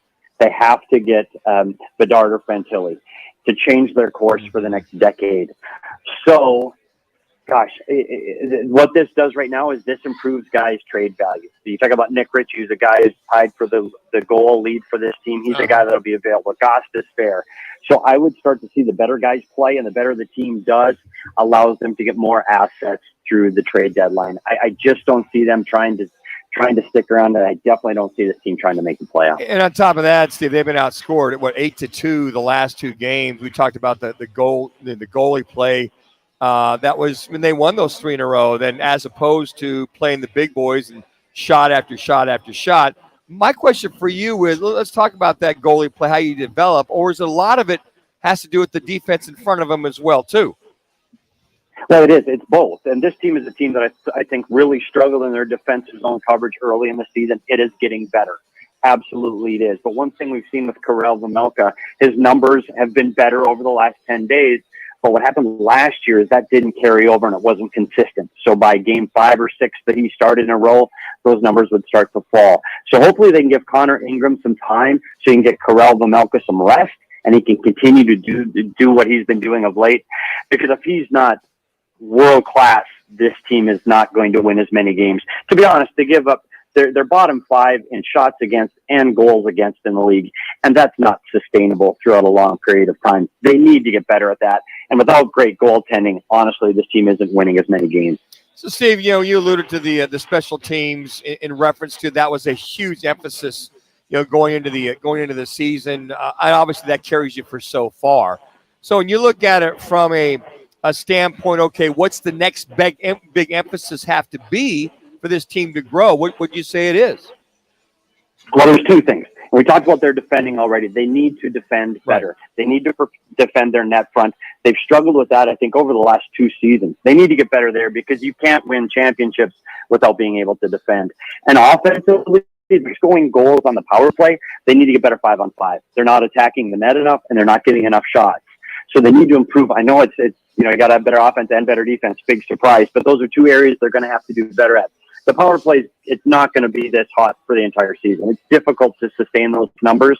So you're going to have to find a way to score 5-on-5 when you're at even strength. Steve Peters is our guest on the Wright Toyota hotline. I'm real curious, Steve, as you look at the NHL as a whole, how good is the play in the NHL this year? Would you say it is excellent, very good, okay? Where are you right now with the state of the NHL? It's very good, and it's very good. And I'll tell you why. It's because all of the league right now The emphasis is on skill and speed. So you're seeing Matthews, McDavid, McKinnon. It's about skill and speed. Trevor Zegras. This league wants to highlight their stars and how skilled this league is. And what happens when you do that is teams are defending less. You look at a team like Colorado with Makar as a defenseman, or Adam Fox in New York. Defensemen are part of the offense now. So that's the focus, is let's get up the ice fast, let's score goals. And so I think it kind of takes away from the defending side of the game. So I think it makes it more exciting. It's funner to watch. There's more goals now. And one other thing you've seen is no lead is safe. A 2-goal lead in the National Hockey League used to be game's over as soon as you got a 2-goal lead. That is no longer the case. Teams are coming from behind now like never before. So you're never out of a game, and it's fun to watch. People like to see goal scoring. So it's a great league right now, and there's so many skilled and talented players. Coach Peters joining us here, Fox Sports 910. I want to go back to talk about talented players, and one is Clayton Keller. I think a lot of Coyote fans were all anticipating him to have, an incredible career here. Unfortunately, last year he suffers that low body injury. He's out for the season. 17 points in 15 games so far. The question I have for you, and you were there when he drafted him, has he cemented himself as the true face of the franchise when it comes to talent and someone who's going to be here for a long, long time? I'm not saying the next Stone, but somebody to that level. Honestly, not quite yet. Okay. And here's the problem. Clayton Keller is going to have to do a couple things for me to do that. He's got to play more consistently. He's getting too many points on the power play. He's going to have to improve that 5-on-5. And to do that, he's going to have to do something he hasn't shown in his career, and that's drive the net and get around the blue paint and be in those hard areas to get to. If you want to be an elite player in this league, you've got to get to the front of the net. And Clayton Keller is getting his points from the perimeter. That'll have to change. Now, having said that, he's on pace right now for 32 goals, which would be his career high, and he is the leader of this team for offense. The other part of it is he wants to be here. He wants to be a part of this team when they get through the rebuild. So, yeah, he is the offensive upside of this team. I just think he's got a little ways to go, and he needs to add a few more tools to his golf bag before he's quite ready to be the guy you hang the franchise tag on. All right, let me follow up with this. Are they the laughing stock of the league because they're playing in a 5,000-seat arena? It was until they played in it. And I think that you watch social media and what the league said leading up to the first few games in the Mullet Arena, and that subsided. Yeah, the visiting locker room over the first few days, the temporary room was difficult. They got through it. And you know who didn't complain? Was the visiting teams playing there. And I think that went a long way. Guys said the ice was as fast as anywhere in the league. So no longer, I don't think that's the case. And I think everybody sees what can happen in Tempe. I think if they can get this approved, what this whole entertainment district can be, what the city of Tempe can be for the Coyotes. So no, I don't think they are. And it is helping that they're winning. How about, Coach, real quick, what about this? You and I talked about this. I see him every day walking his dogs and just doing his thing, making sure that the trash cans get in on time. I was surprised because my neighbor was on the ground, when the guy comes down and I walked right by it. Yeah, and he walked right by and didn't pick it up. Oh, I was disappointed. Steve, seriously? Yeah, I was voting for you for President Association, but you lost it on that. No, hey, real quick, I mentioned to you the other day about Scott Edgewood, who played for the team for a little while. He came in with Dallas and said that they're losing the puck a little bit with the black ceilings. Anything new on that? I haven't heard, but Okay. when you talk about Wedgie, he's a guy that you trust his opinion. And when you go to that arena, it's 13 rows, and then it's black from there on up. The black walls and the ceiling is black. So it's different than any other arena in the National Hockey League. If you only got one section of sheening and it's all black above that, so I'm not surprised. I think it could be an advantage for the Coyotes down the road because they're going to play in it more and their goalies are going to get more used to it. So absolutely that can make a difference for goaltenders losing the puck, especially when pucks get dumped in high in the zone. So look for that as they play more games at home over the next 2 months. Steve, and the city council last week 7-0 to move this to vote on May 16th. And I think a lot of folks were misinformed.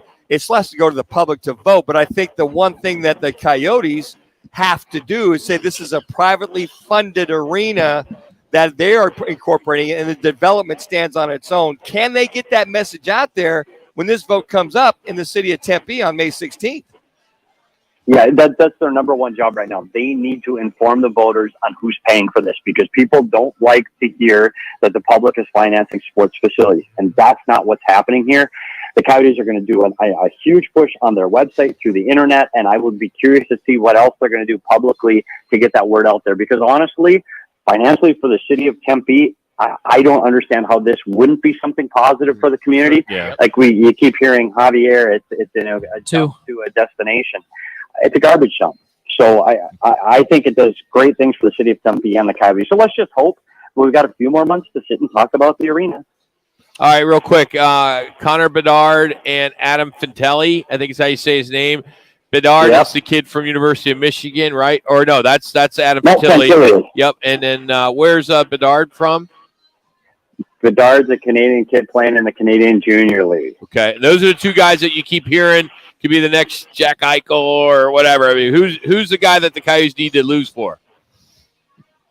Well, this is tough because Connor Bedard right now, he's playing in the Western Hockey League for Regina. Unbelievable skill, talent. He's the guy that's the highlight reel on the internet, on Twitter. That's who you look for. The difference with Fantilli's a big guy. Connor Bedard's 5'10". Fantilli's 6'3", 6'4", and he plays center ice. I like them both. They both change this franchise forever. Connor Bedard's more of a Connor McDavid. He's not quite as big, but he's that kind of skill. I think Fantilli's going to be a more rounded guy that's a little more physical and can get to the blue paint a little bit better than Bedard. But honestly, both of these two guys can change this team for the next decade. It is imperative to get either Fantilli or Bedard. He's Steve Peters. Check him out on Twitter, S Peters Hockey, also at PHNX, ESPN hockey analyst, Steve Peters. Thanks, buddy. Appreciate it. Thanks, guys. See you, buddy. Coach Peters. It's kind of cool, when you got a neighbor that is obviously hockey is a sport that we all love. Yes. But you know better than anybody. You called it, Jimmy B. I did. But I've learned so much from just and what he does as an analyst, he gets say 4 or 5 games a week that he has to scout, and then he provides the tier lists, the notes, the video, and with breakdowns and audio to each analyst that's calling the games and that's in the booth. So he does all the work behind the scenes. That's a great producer for ESPN. Phenomenal, phenomenal. And he's driven today by All City Towing. All City Towing continues to grow. They're hiring. Head to allcitytowing.com. Just search careers because they have all kinds of positions available to you. If you're looking for some extra money for the holidays, get in there at All City Towing, allcitytowing.com. All right, we need a contestant to compete against our superstar friend. We'll take the fifth caller at 602-260-9191. It's our Twin Peaks Challenge. It is poured by Coors Light and Blue Moon. You're competing for a $25 man card. The games today will be Titans, Packers, Oregon State here at Arizona State, and Cardinals, 49ers on Monday night. So those are 3 games you'll pick. We'll take the fifth caller right now, 602-260-9191. It's Roc and Manuch, Jimmy B here at Twin Peaks Scottsdale. As you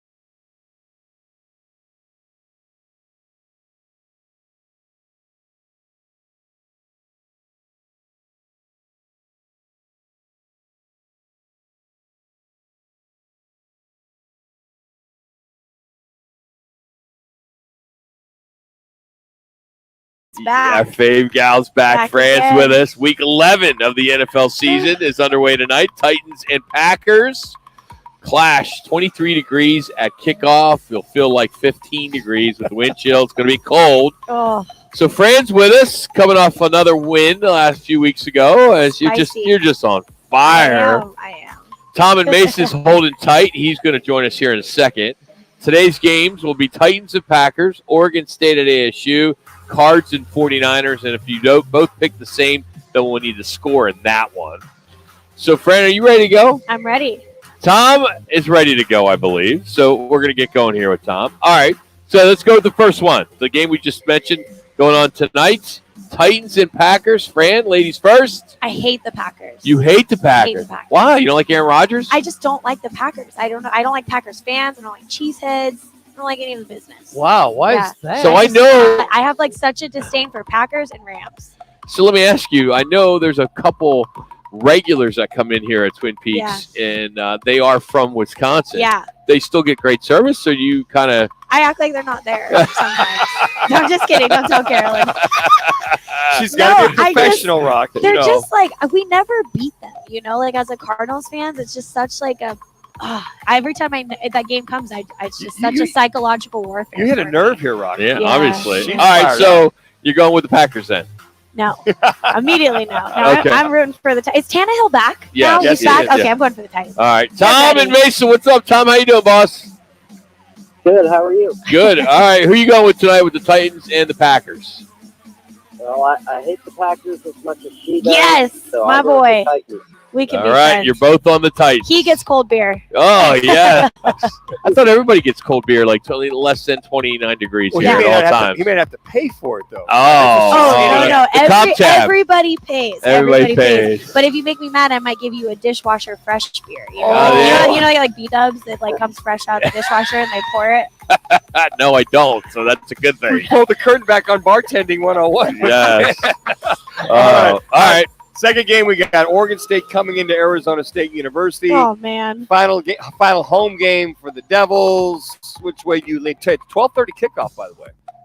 Early afternoon kickoff. Yeah, I gotta go with ASU. I think we're gonna be pumped. That's a good start in the day. They serve alcohol in that stadium now, so everyone's gonna be ready. All right, I'm Tom. going ASU. She broke it down pretty good. It's all about the alcohol. Right. Is it homecoming weekend? I believe so. It's the like their last home game? Yeah, it's the 40-year reunion of the Fiesta Bowl team that beat Oklahoma as well. So wow. a lot of guys coming in. All right, so I'll have to go with Arizona State as well. All right. Keep agree. So it comes down to the tiebreaker. We'll need the full score in this one. The Cards and the 49ers, Monday night, Mexico City. Marquise Brown is a possibility. I know. I just dropped him from my fantasy because I thought he was going to be out for the season, and then I heard that news. What's wrong with you? I mean, I know. you get paid good money to do the show. You should be prepped for. You should be prepped for this stuff. All right, you got to put the headset on so we can hear you. Your headset just fell off. It was All right. supposed to be a season-ending injury. He fractured his foot. As a receiver, he wasn't going to come back.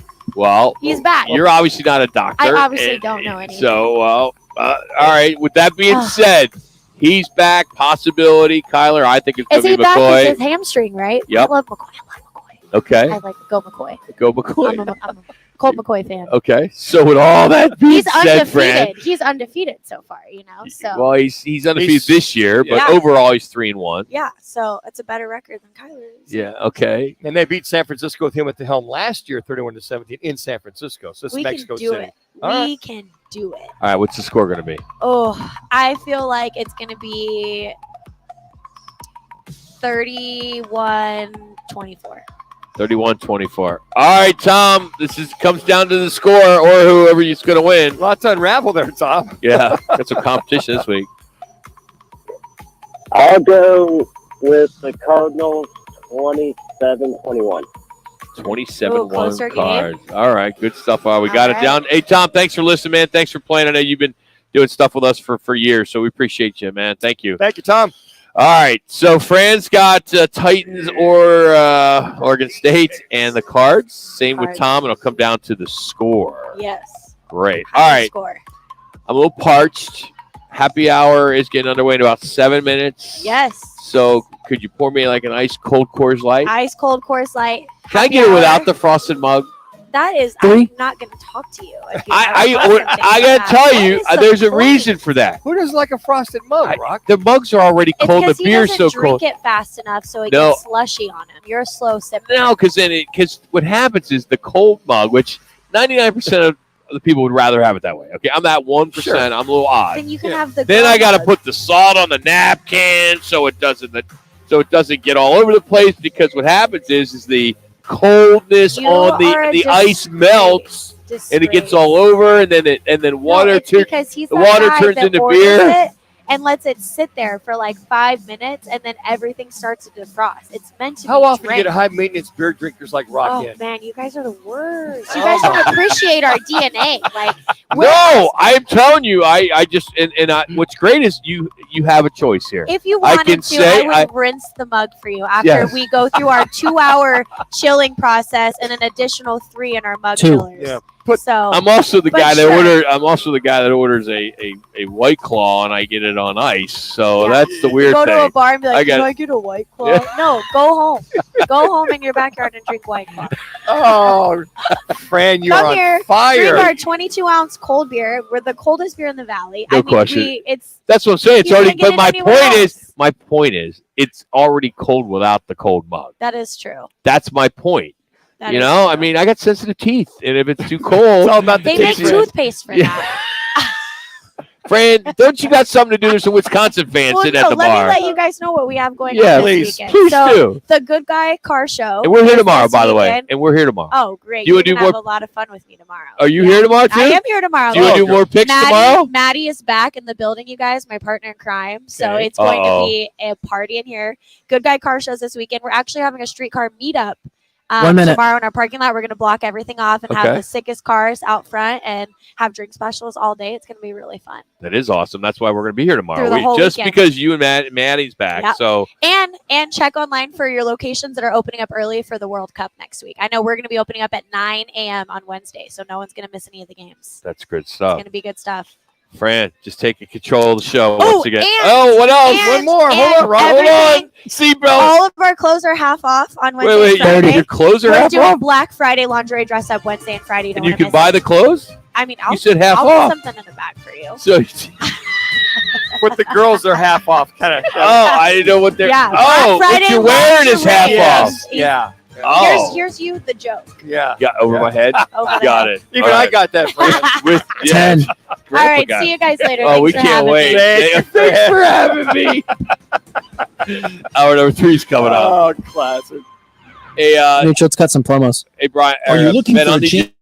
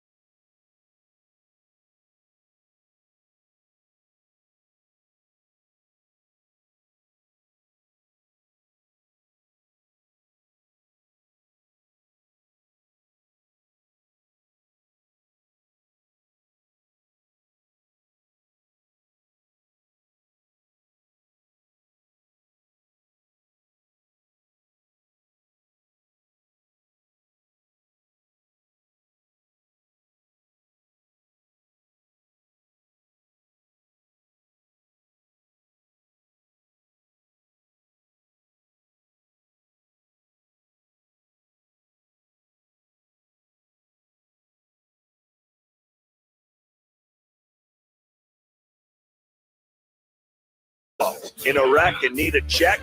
Make one call, that's all. 602-977-1900. And always online at lernerandrowe.com. Now time for Calling All Sports with Roc and Manuch with Jimmy B on Fox Sports. Guys are out. The District of Columbia is suing the Washington Commanders. Some ticket scam going on. Business side of sports. Rick Horrow is going to join us coming up here in about a half hour. Talk to him about that. And is it Jeff Bezos' team to lose? As he's up for buying the team. We've got a lot of stuff to get into, and we'll get an update hopefully on UCLA and the regions of California on if they can block the Bruins from leaving the Pac-12 to go to the Big Ten. But we are out here at Twin Peaks in Scottsdale. We'll be here for another hour. Thanks to Coors Light and Blue Moon. Fran did a great job for our picks. We'll have our underdog picks here in about 10 minutes. I like that. As we'll break down how we did last week, look ahead to this week as we like to pick the underdogs, not the overdogs or the spreads and things of that sort. This is something a little different. We'll have some fun with that. So we'll get into that coming up here in just a little bit. But let's get to some of the top stories that are making news this hour on Roc and Manuch with Jimmy B. Time for the top local and national stories of the hour. Powered by the Sportsbook at CAZ Sports Bar in Casino, Arizona. Bet big on your favorite teams and players in an environment that's as exciting as the game you're watching. There's no better place in the Valley to get in on the action. The Sportsbook at CAZ Sports Bar. Now, guys, what's your top story this hour? It's probably what happened in the first hour. We found out that Rutgers University is actually in New York, not New Jersey. Breaking news from one Dan Manucci. The Rutgers Park. No, it's in Manhattan. Rucker, not Rucker. Rucker. No, it's Rucker. Rucker Park. Yes. Rucker. No, you say Rutgers Park. Rucker Park. Russell. No, it's Rucker. Not the same thing. Not it the is same. clearly not the same thing. Rutgers. Okay. But I didn't say Rutgers. I said Rutgers. Well, you said I Rutgers. said Rutgers, not Rutgers. It's, didn't mean the university there in New Jersey. Yeah, I don't know where. Anyway, the Suns spoiled a 50-point night from Steph Curry. What do you have, 31 at half? 31. 30. Yeah. And they ended up cruising, that being the Suns over the Warriors, 130-119 in downtown Phoenix last night. They'll be back at it tomorrow against Utah. But hats off to Campaign, who started again in place of Chris Paul, who's missed, 4 games now. I think he's got that heel injury that's just taken a while to get better. He had a career-high 29 points. Devin Booker, what you normally get from Devin. Yep. 27 from him. They're now 9-5 overall, 7-1 at Footprints. And all 5 starters in double figures. You know, when you look at Craig, he's starting to heat up a little bit. 13 points at 10 last game. He brings some energy out there. Yeah, he does. Yeah, he really does. Yeah. And you got a solid performance from guys off the bench as well. In fact, Landale had 7 points and several rebounds, but the key was he also had 3 block shots as well. How about him running the floor? He can run the floor. Slamming it home. I told you. Looking at the folks. Boy's got skills. You got that? You got this? Yeah. I love the energy. You know what? I look at this Suns team against Golden State or the Lakers or some of those teams. I think the point to prove is you're not going to get us this year. Now, I know Golden State's down. They got a very young bench and kind of a quasi-older team, right? So that mix right now is probably not good for this Golden State team. But what I love about what Steve Kerr said in his presser, he goes, look, we're going to get this fixed. This is on me. We're going to get it fixed. We got to make some adjustments. We talked about this today. Weissman getting sent down to the G League. Sent him down yesterday. So you got to bring somebody else up and to make that work. So the Warriors might be struggling now like they did last year, but then they win the world title last year. They struggled up front. They kind of got it together in the second half. Half of the season. I'm with you. Cardinals are off to Mexico City, where they are the home team, technically, to face the 49ers. However, according to multiple reports and different ticket third parties like Vivid Seats, they are projecting that the 49ers will occupy 82% of the crowd. Wow. So it'll be a 49ers home game. Yeah. But technically they are the road team. But again, that could be a good thing. Sure. Yeah. Looking at this year, Cardinals have played better on the road. So even though they're the home team, But there is some good news that Hollywood Brown could go on Monday. He's practicing, so you think if he's practicing, if they're going to put him out there to practice, don't you think he'll be ready to go? Yes. Well, it depends what kind of practicing he's doing. Is he at 3/4 speed? Is he at full speed?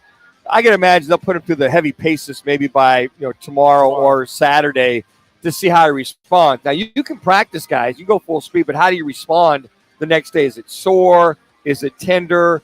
Has all the swelling? Has all the above pretty much healed? If there's nothing there, then he'll play. But against San Francisco, they need anybody, everybody, and then some in this game that's healthy to be able to play. And on paper, whether it's Colt McCoy, who I prefer that they play, or Kyler Murray, with this defense, you better have your receiving core, everybody, healthy, because you're going to need all of them. And with Trey McBride picking up the load, looks like Max Williams is going to come off the practice squad and be active as another tight end. More of a blocking tight end, can't catch inside the red zone. And then when you got the suspect offensive line, you better have all your dudes on the field, your playmakers. Didn't we reference yesterday, didn't you look at the 49ers injury report, and it said they had one or two guys. Okay, one starter questionable. And they just had a bye week, 2 weeks ago. Yes. So. And one backup are questionable. That's it. That's it. So they're a healthy team. And you watch them. I got a bad feeling about this game. Well, and they shut down. They pretty much shut out last week's opponent in the second half, and they scored all their scoring in the first half. So the Cardinals better come out with the energy, with the same kind of game plan. You get the ball out quick, because this is one of the best defenses and one of the best rushing defenses, one of the best teams as far as getting after the quarterback. And the only thing that they're suspect at, got a little bit of a banged up that's playing secondary. Not the best secondary, but if you're going to beat them, you've got to take some shots down the field early and often. I think the guy that just doesn't get the credit that I think deserves it is Jimmy G. I agree. I mean, the guy is a winner. I mean, he has been winning, and every time his starting record is like off the charts. And if he could just stay healthy, they have success. Huge success. His scenario has been, when the team gets down, can he bring them back? And that's one of those things I think that Jimmy G's got. Talk about a chip on his shoulder. Yes, he's got a lot to prove this year, and I think he'd like to, wipe out what happened in that Rams championship last year, the NFC championship, where he threw that ill-advised pick at the end of the game. They were up 13-0 at one point. Yep. Rams came back and beat them, but he really gassed out in that fourth quarter. And to throw that pick, so folks, that's stuck in the back of his head as far as he'd like to take this San Francisco team, win the NFC West, and try to take it all the way, because to make up, he doesn't make that throw, they're back in the Super Bowl. Yep. I want to see if indeed the Niners going to practice at 5,000 feet makes a difference in the game. How does it not hurt? How does it not help you? I would think that it would. And if we see in the fourth quarter where the guys are on the oxygen mask like crazy on the Arizona sidelines and the 49ers aren't so much, then we know that was an effective tactic. Yeah. I will say this. You talk to a lot of guys that played in the high altitude, coming like from Phoenix or wherever, and going to Mile High in Denver. They're gassed. Oh yeah. At the end of the game. So I don't know, what is it, 7,500 feet there in Colorado Springs, whatever it is. And I know Cliff was talking about, well, we've got riding the bike, and you put those masks things on, you do this, you do that. It's when you're going 90 miles an hour for 5, 6, 7 plays in a row. It's a different vibe. It's a different situation. Go back to Jimmy G, 39-19 as a starter. Yep. I think personally he's an easy guy to like. Team likes him. I mean, the community loves him. You saw him at the Warrior game the other day. Yep. The cheerleaders just wouldn't stop. I mean, the way he handles himself under the circumstances, he already knows he's the guy that's not there next year. He's out for next year. He knows. He's 4-2 in postseason. His 2 losses, NFC Championship game and a Super Bowl. Yep. His record on the road is phenomenal, and they're running him out of town. Yeah. It makes no sense. I don't get it, Rock. I just don't get it at all. I don't see, by letting him go next year, what they're going to get in return, and then Trey some Lance. out of Trey Lance. I really don't. I was texting Brock Purdy back and forth trying to get him on the show this week, but they were traveling to Colorado Springs. I said, how are you doing handling with Jimmy G? He's one of the nicest guys, helps me out all the time. Do I have any questions? He's very accommodating with the entire team and in the quarterback room. Two. He's there to, hey, he knows if he goes down, Right.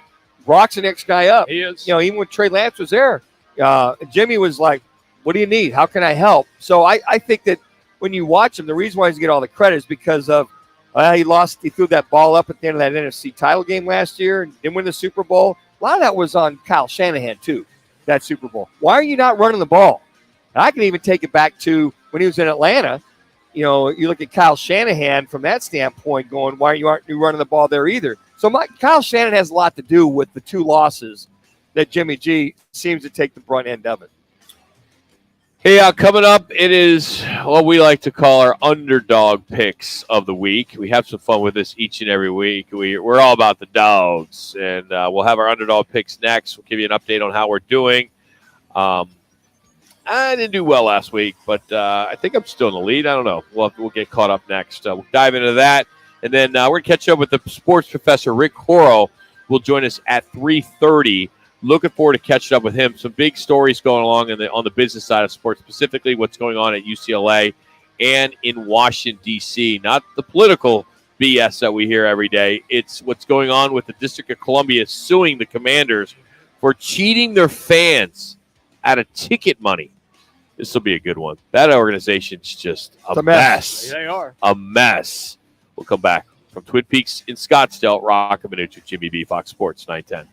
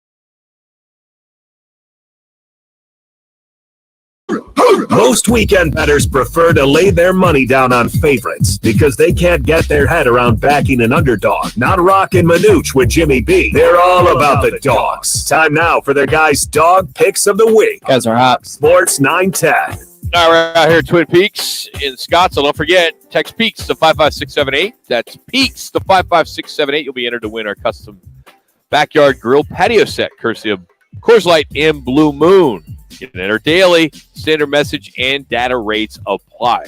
Is it data or data? I call it data. Data rates. I probably say both. How do you say Rutgers? Rutgers. Okay. Yeah. All right, this is what we do. We do our underdog picks of the week. I love you, Manuch. Okay, hold on. You didn't say a word. It's Rutgers. You got to hit the T for Rutgers, and then Rucker if you want to talk about Rucker Park. So Rutgers. You hit the So T. Ben, why don't you play how he said Rutgers? Okay, go ahead. Go ahead. Fire it out there. Go ahead, Ben. Play it. Rutgers. Yeah. Rutgers University. There's no T in there. Oh, there's a It's T. Rutgers. We hear a T. Rutgers. We all if 95% of our audience is saying I said Rutgers they Park. think you said Rutgers. Rutgers Park. Then, This is Rucker Park. I mean, it's blown up online. Why just accept it? You're allowed to make a mistake once a day. You're good. You're trending. I am going. Yeah, you're trending. You're going viral. I'm going to appeal the hearing of you two individuals. All right. Last week, here's an update thanks to Jax. We went 4-1 as a group. Damn, I we was lost the only that. one to lose. Yeah. Well, I had 20.5 with Missouri and Tennessee. Tennessee won like 60-something to 30-something. Yeah, so I was close. Manuch took TCU at Texas. He covered. He got that. Jimmy, North Carolina at Wake Forest. Tar Heels got 3.5 to won the game. Ben, he went with the Raiders. Colts over Raiders. He got the +6 there. Went with that. And Colts won that game, but the points was all Ben. And then Jax just copying Manuch. He sure did. And went Smart. because he hasn't won all year. He's so he smart. decided I better go with a professional athlete and went with him. So, all right, now let's get into this week here on the 17th of November. Let's fire it all off and get started. Let's start with the guy who grew up playing tennis, and his dog Guinness beat him last year in the fan pickup. Hey guys, you ready to let the dogs out? Rock, you got a lock? Yeah, I think I do. I got to make up for last week. Boise State's at Wyoming. Wyoming is a 14-point underdog. At home, they're 4-1 in their last 5 games against the spread. CBS game tomorrow night. This is not your daddy's Boise State team anymore. Okay? I think the Cowboys are going to take it.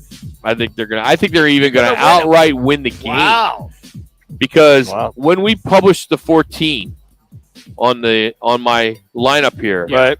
that was this morning.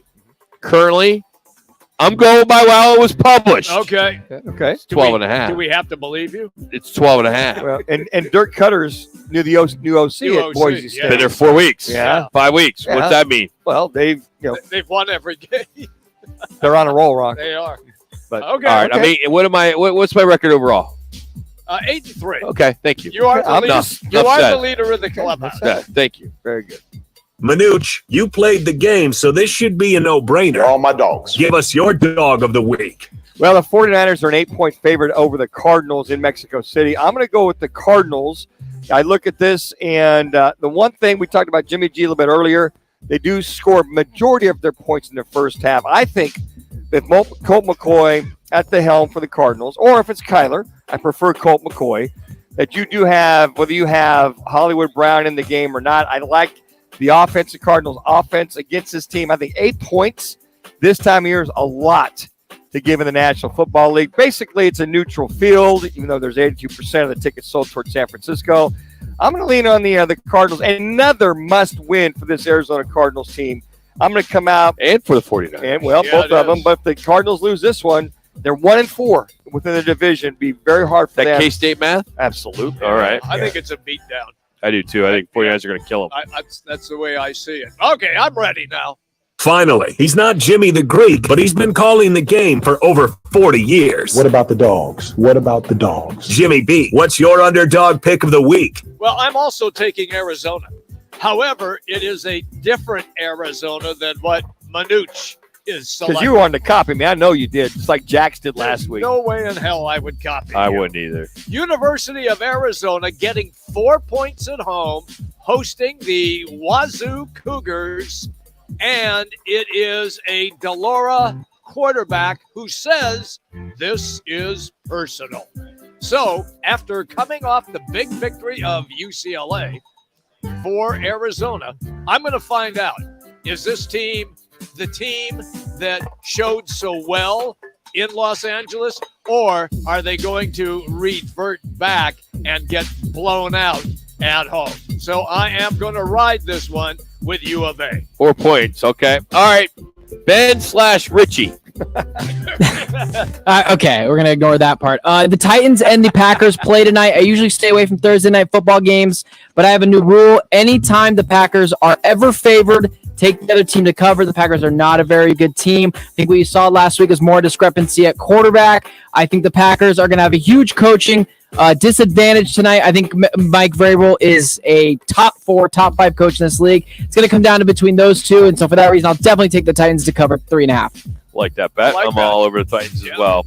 All right, Jax, what do you got? All right, I won last week. I feel like I'm going to win again. I'm going UConn plus 10 at Army. I don't know why they're a 10-point underdog. They beat Liberty last week in a big win. They're both eligible for the first time since 2015, Manuch. 2015. They are a college basketball school, but they're transitioning into a football school as well. Jim Mora, they're 9-2 against the spread. Give me the Huskies. Have you ever seen Army play? Yeah, they run the ball, yeah. That's all they do. But If you play the academies, Army, Navy, and the Air Force, it's totally different than playing normal football in college right now. That is true, but UConn's defense is only allowing 152 yards rushing per game. So They haven't gone up against the wishbone. we shall see. All right, there you have it for our underdog picks of the week. Hey, make sure you tune in this Saturday to the only local sports gambling radio show in Arizona. It's called Take the Points. It's presented by Casino Arizona. It's live from the sportsbook in the CAZ Sports Bar. Bauer, Gross, Jax, 11-1, as the guys give you their uncensored sports betting opinions, their analysts, and their advice on what they will hopefully see and win on Saturday and Sunday and on Monday. So that's Saturday at 11 o'clock right here on Fox Sports 910 Sportsbook. I was excited. I hosted Monday Night Football. And Manuch is hosting this week. He'll host at the casino for the Cards and the 49ers. But I hosted and watched my Eagles get their first loss of the year.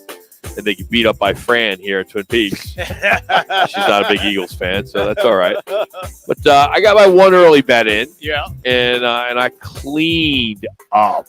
What was it? What was the bet? It's what's been winning me money all year long. The Ohio University Bobcats. 8-2 now, Rock? Yeah, 7-3. But you won what you won Tuesday or we last. Yeah, they won. won. You guys are on a roll. Who's your head coach there again? His name is Scott or Arnold. Or oh my God, you're gonna kill me on that. I knew that he's been there forever under Frank. He was under Solich. You're challenging me on that. I feel I knew you were gonna kill me on that. What But the hell is his name? The quarterback y'all have there is very good. Matter of fact, the backup quarterback there, Parker Navarro, young man out of Desert Vista, got hurt about 3 weeks ago, so he's finishing up there. But yeah, your Bobcats playing Tim well. Allman. He was under Solich for a Long long time, and he's been. I think he's been there, God, since 2005 or 6. As an OC. I didn't think he was going to stick. I thought he was going to be done. It's just the problem is the Mighty Mac does not get the love they deserve. They deserve it. For them to have to play on Tuesdays and Wednesday nights, that just sucks. You're going to the playoffs, Rock. Haven't done that in a long time. Yeah, you're right. 8-3, not 8. I thought it was 7-3. 8-3. Yeah, 8-3. Yeah, but they're not going to the playoffs. They're going to a they're bowl going game. Well, the bowl game. Yeah, so Boise, Potato Bowl. Motor City? Will they go Motor Take City? Take it any way you get it, Rock. Take those bowl games. It's all for the kids, right? That's right, man. It's all for the kids. So anyway, Rick Horo will join us next. He's the sports professor. Interesting to catch up with him to talk about the business side of sports, FTX, with all the players and celebrities that are getting hit with the class action suit. We can talk about what's going on with the Commanders. They're getting sued. It's crazy stuff right now. And we'll talk to him about that and much, much more as we continue from Twin Peaks and Scottsdale. It's Fox Sports 910.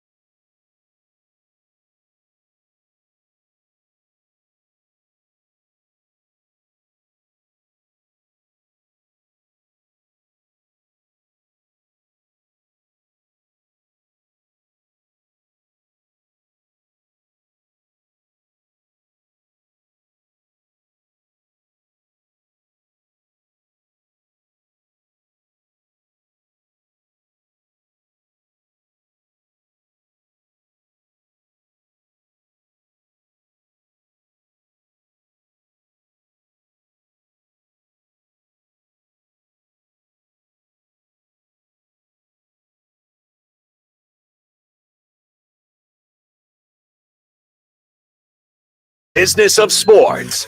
Author of the new bestseller, The Sport Business Handbook. Host of Power of Sports and architect of over 100 deals worth billions in sports. The sports professor, Rick Horrow, joins Roc and Manuch on Fox Sports 910. That's right. Join us on the right Toyota guest line as we're coming to you live from the Twin Peaks in Scottsdale, one of our next guest's favorite places. He likes the one on Camelback. Rick Horrow joins us now. What's up, Rick? How you doing, bud? I'm getting ready to go to Qatar.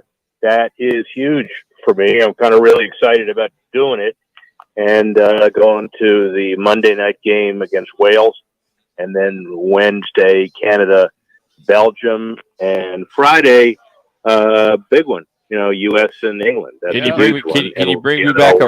bring me back a rainbow logoed USA shirt? Yeah, we ain't doing that. Jeez. We are going to be on my best behavior for a week, if that's possible. Jeez. I'm not sure it's possible, but I'm going to try. So, how do you think the ratings will do with the time difference? That always seems to be an issue when it comes to World Cups and Olympics and things like that. Well, in these preliminary rounds, the Monday game will be interesting because everybody is curious about tuning into Qatar, and they want to see us shellac Wales. They'll probably do it.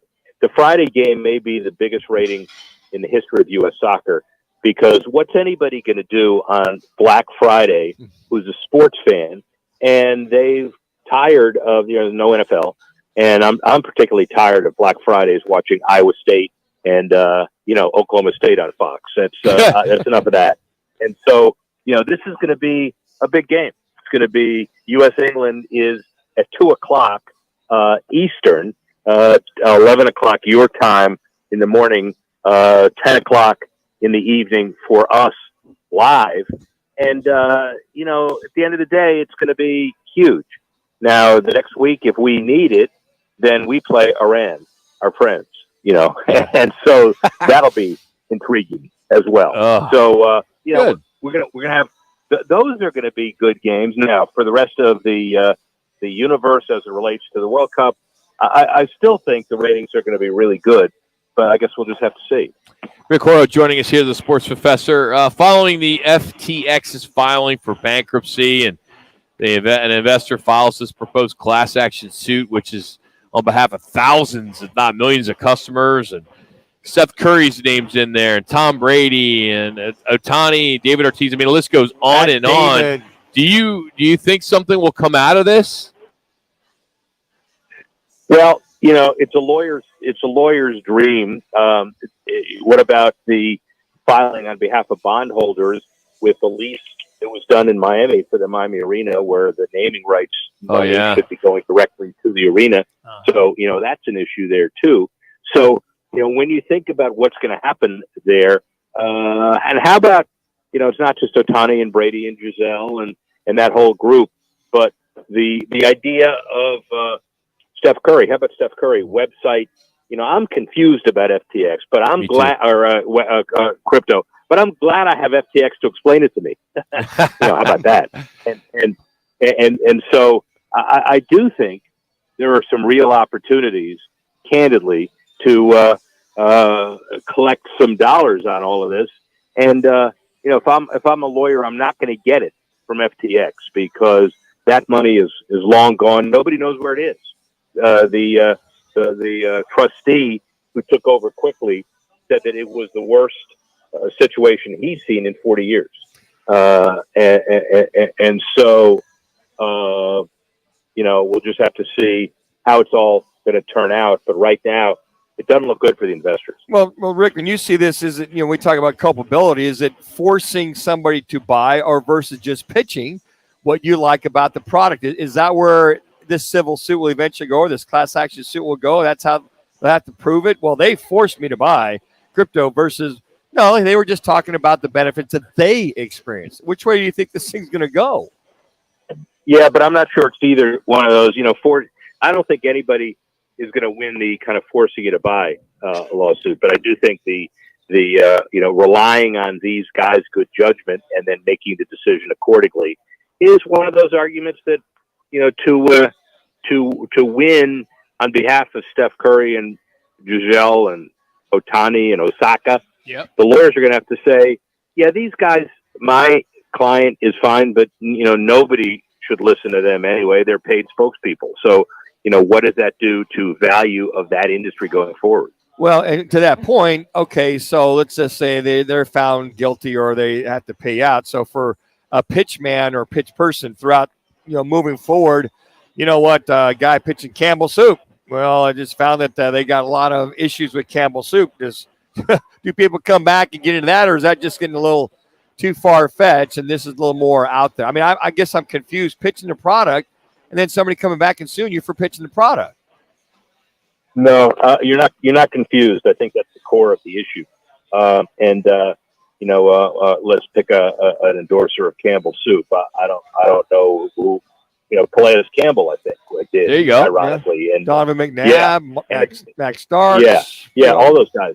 And it said we love the soup, but if there's like bacteria in it, I don't think an athlete can be liable. Yeah. If an athlete says, well, I'm not an expert, but this company is, and you rely on that statement, and the company's not, that may be different. That's what the lawyers are going to try to figure out. I want to take you back to you heading to Qatar. I want to ask you this. I was watching last night, and they showed a German television crew doing a live shot out in front of one of the venues, and the media police, it looked like, from Qatar came by and threw their camera down and wrecked their live shot while they were on live. Rick, what concerns do you have, or have you talked to other media people about doing your work in that situation? Well, I can immediately vamp into a tourist or a government official. So I'm kind of okay, but it's been all over. Every question I've been asked over the last day and a half is exactly that. Yeah. And here's the bottom line. I think you got 31 large delegations of players and officials and fans, because Qatar is playing itself, and it's a field of 32. They're in, but 31 groups of hundreds of thousands of people. And the last thing the government wants to do, after spending all that money on stadiums and promotion and marketing, is to make it look like they're a terrorist country. Mm-hmm. So I do think it's probably an overzealous, as you said, media policeman. Yeah. And, I think he's been chastised. I don't know how. You can make fun of how. But, I think it's going to be much better than people think.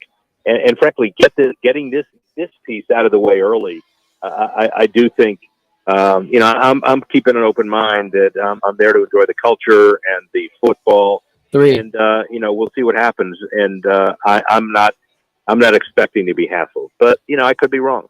Rick, talking about attorneys, and now the District of Columbia Attorney General filed a second lawsuit against the Washington Commanders. This one is about, alleging that the team cheated its residents out of unreturned security deposits for their season tickets. Can it get any worse on what's going on there in Washington? No, I think there's piling on, but that doesn't mean it's negative piling on. I think it means that this puts some additional pressure on the Snyder family to walk away from the team. It also may make him feel more combative, and it may keep him entrenched. So, we're going to have to wait and see what the ultimate impact is, but it's not over. Rick, how often is it, and Rock alluded to the other suit, which was Daniel Snyder, NFL, and the Commanders per se, being sued because of the sexual harassment, the widespread sexual harassment. I found it very interesting that NFL also mentioned in this civil suit, too, that they are being, accused of knowing what's going on and not taking care of this. Is that how I read that? Well, again, the fact pattern says that there is a report and that everybody is complicit in, not distributing it the way they should have, which means Roger Goodell, the NFL, and each individual owner. And it may be overreach, and we'll have to see if it all, reaches a trial with all of those defendants, or is it just Tanya and Dan Snyder? But right now, you read it correctly. Hey, my last one. Aaron Judge's 62nd home run ball is heading to auction next month. I guess so the guy who has it turned down a $3 million offer for it.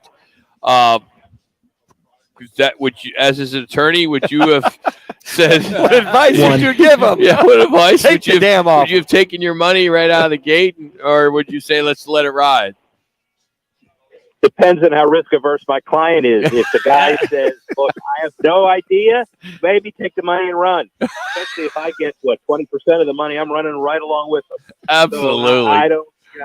It's not legal advice. It's business advice. It's risk advice. Risk advice. I like that. Risk advice. advice. Good stuff. Yeah. Well, hey, be safe out there, man. Safe travels as always, man. Thanks for making time for us, man. We always appreciate you. So thank you. Of course, and happy Thanksgiving, and I'll give you a full report when I get back. Awesome. Look forward to it. That's Rick Horrow. You got to follow him as he heads over to the World Cup. Just follow him on Twitter at Rick Horrow, the sports professor. Great stuff. You see him on television all the time, all over the internet, doing his stories. Harvard guy who we love having on to kind of make us seem smarter. Sound smarter. He does make us sound smarter, seem smarter. You get that kind of culture, kind of business acumen in the background. The Cutter thing, though, is you bring that up about not guitar.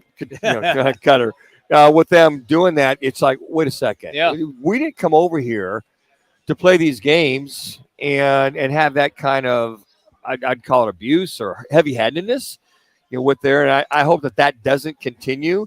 You imagine some of these guys getting out and about, and you find out, they threw him in the brink, or something outlandish could happen over there. I'm well aware of that. That's why I asked him if he had, it's not a good look. Done some research. Yeah, I mean, they showed this German crew, and they were standing outside one of the stadiums, and their guys starting. I mean, I couldn't understand because it was in German. Yeah, and then Guten Tag. Yes, and then all of a sudden you see this car pull up, and a couple of guys get out of it, and they start harassing the guy and grab the camera, and the camera's flying all over the place, and they shut him down. You can't have that. If you get a World Cup going on over there, you can just not. That stuff you just can't have. You can't, but can you avoid it? Yeah, and Germany's a big-time team in FIFA. Oh, jeez. Coming up, did Manucci say Rutgers or Rutgers? Rutgers. That's next. This is the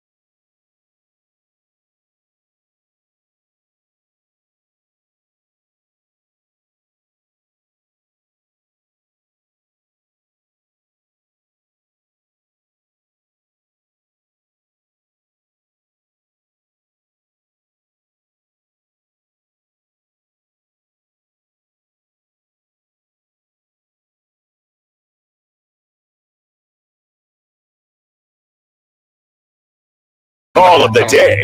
If you're looking for a full-service law firm, just make one call. That's all. 602-977-1900. Lerner and Rowe, voted Arizona's best law firm. To Rutgers in the middle of Manhattan and watching the guys play street ball go up and down. Rutgers is in New Jersey. Yeah. Well, wherever it's at. Wherever it's at. I've been there. I've been there. I've been there too. I've been to games there. Back east, New Jersey. Rutgers. Yeah. The park, Rutgers Park. So Rutgers Court going back and forth, back and forth. Wait a minute. Cheers. So we're all trying to help each other out. All right, go ahead. And we all slip a little bit, right? We make mistakes and say things that, we all do. And like his choice wearing that hat today. Yes. Rutgers is in New Jersey. You guys are hot. It's in Not North Rutgers. Jersey. I'm talking about Rutgers Park. Rutgers Park. You said Rutgers. I said Rutgers. No, I said no, Manuch. I said Rutgers Park. You said Rutgers. I did not. Rutgers to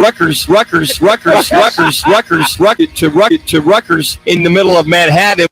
Where are you from? Rutgers. There's no T in Rutgers. You're saying Rutgers. I said Rutgers. That's in a. You have an accent. Rutgers. You have a Lake Erie Erie, Pennsylvania accent coming out. I'm articulate and hitting the T in You the are K. so not. I'd say when I say Rutgers, Manuch, right? Jimmy Rutgers, B. Rutgers. I think anyone listening would agree he is the most articulate guy on the radio in this market. I always hit my INGs. That's why he does newscasts on another station. I said because Rutgers. he can do news reports. I didn't say Rutgers. That's a difference versus Rutgers. Okay, there's a difference. See the articulation there. Well, let me ask you this: if Rutgers. 4 out of the 5 of us on this show think we heard it that way, then you misheard me.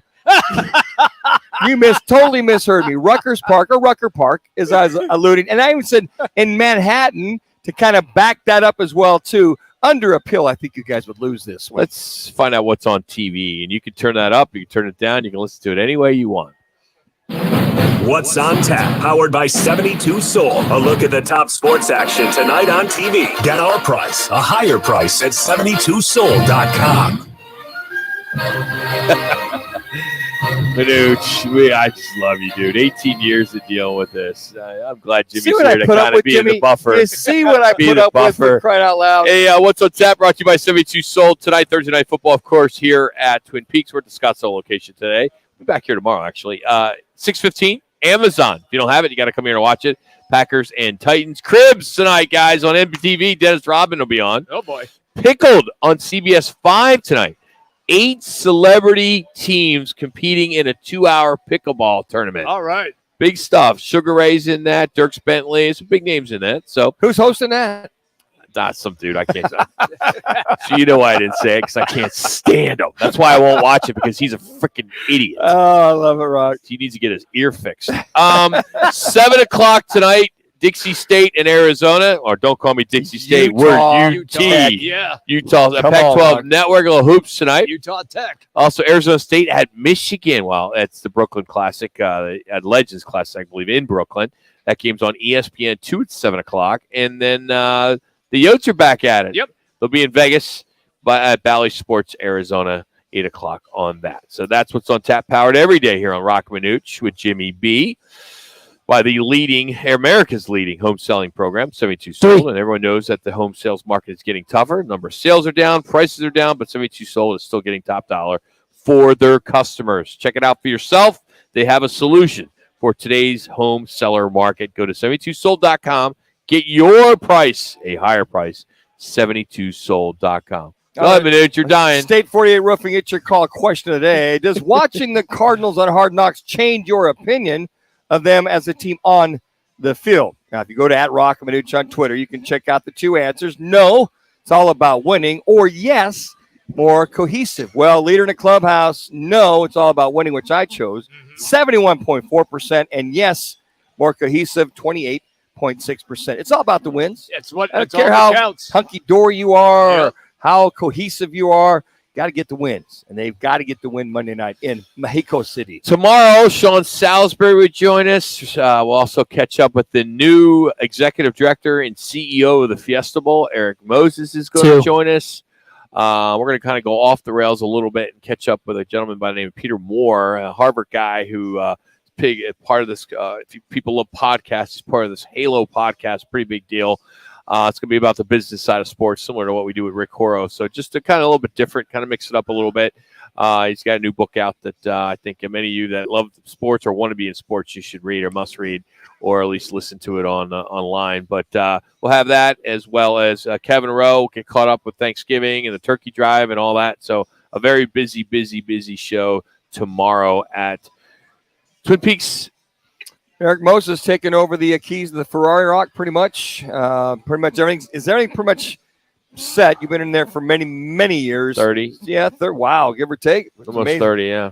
I mean, is it just come in and kind of retweak it, or just kind of take over from where he's got an extensive background? I mean, I'm sure there's areas that we can improve. We always can improve. I mean, the landscape of college athletics changes every day. Yep. And making sure his main job is going to make sure we stay in that rotation. Yeah. And there's no reason why we won't. With the stadium we have, with the volunteers we have, with the board, with the committee, I don't see any issues with the Fiesta Bowl in the future. We just celebrated 50 years. Let's go another 50. And the guys before him have all done great work, and Neely, and before that, Junker, and they've all done a tremendous job. And I'm anxious to meet Eric and have him on the show tomorrow and take us to the next chapter of the Fiesta Bowl and the Guaranteed Rate Bowl. So appreciate everyone who joined us today. If you missed anything, go to rockandmanuch.com. Make sure you go to fanpickup.com. Get your picks in for tonight, for the weekend. You go into Twin Peaks man card. Still got one more week to still be eligible for the trip to Hawaii. So check that out as well. So have a good night. See you tomorrow, 1 o'clock, right here, Fox Sports 910. Good night.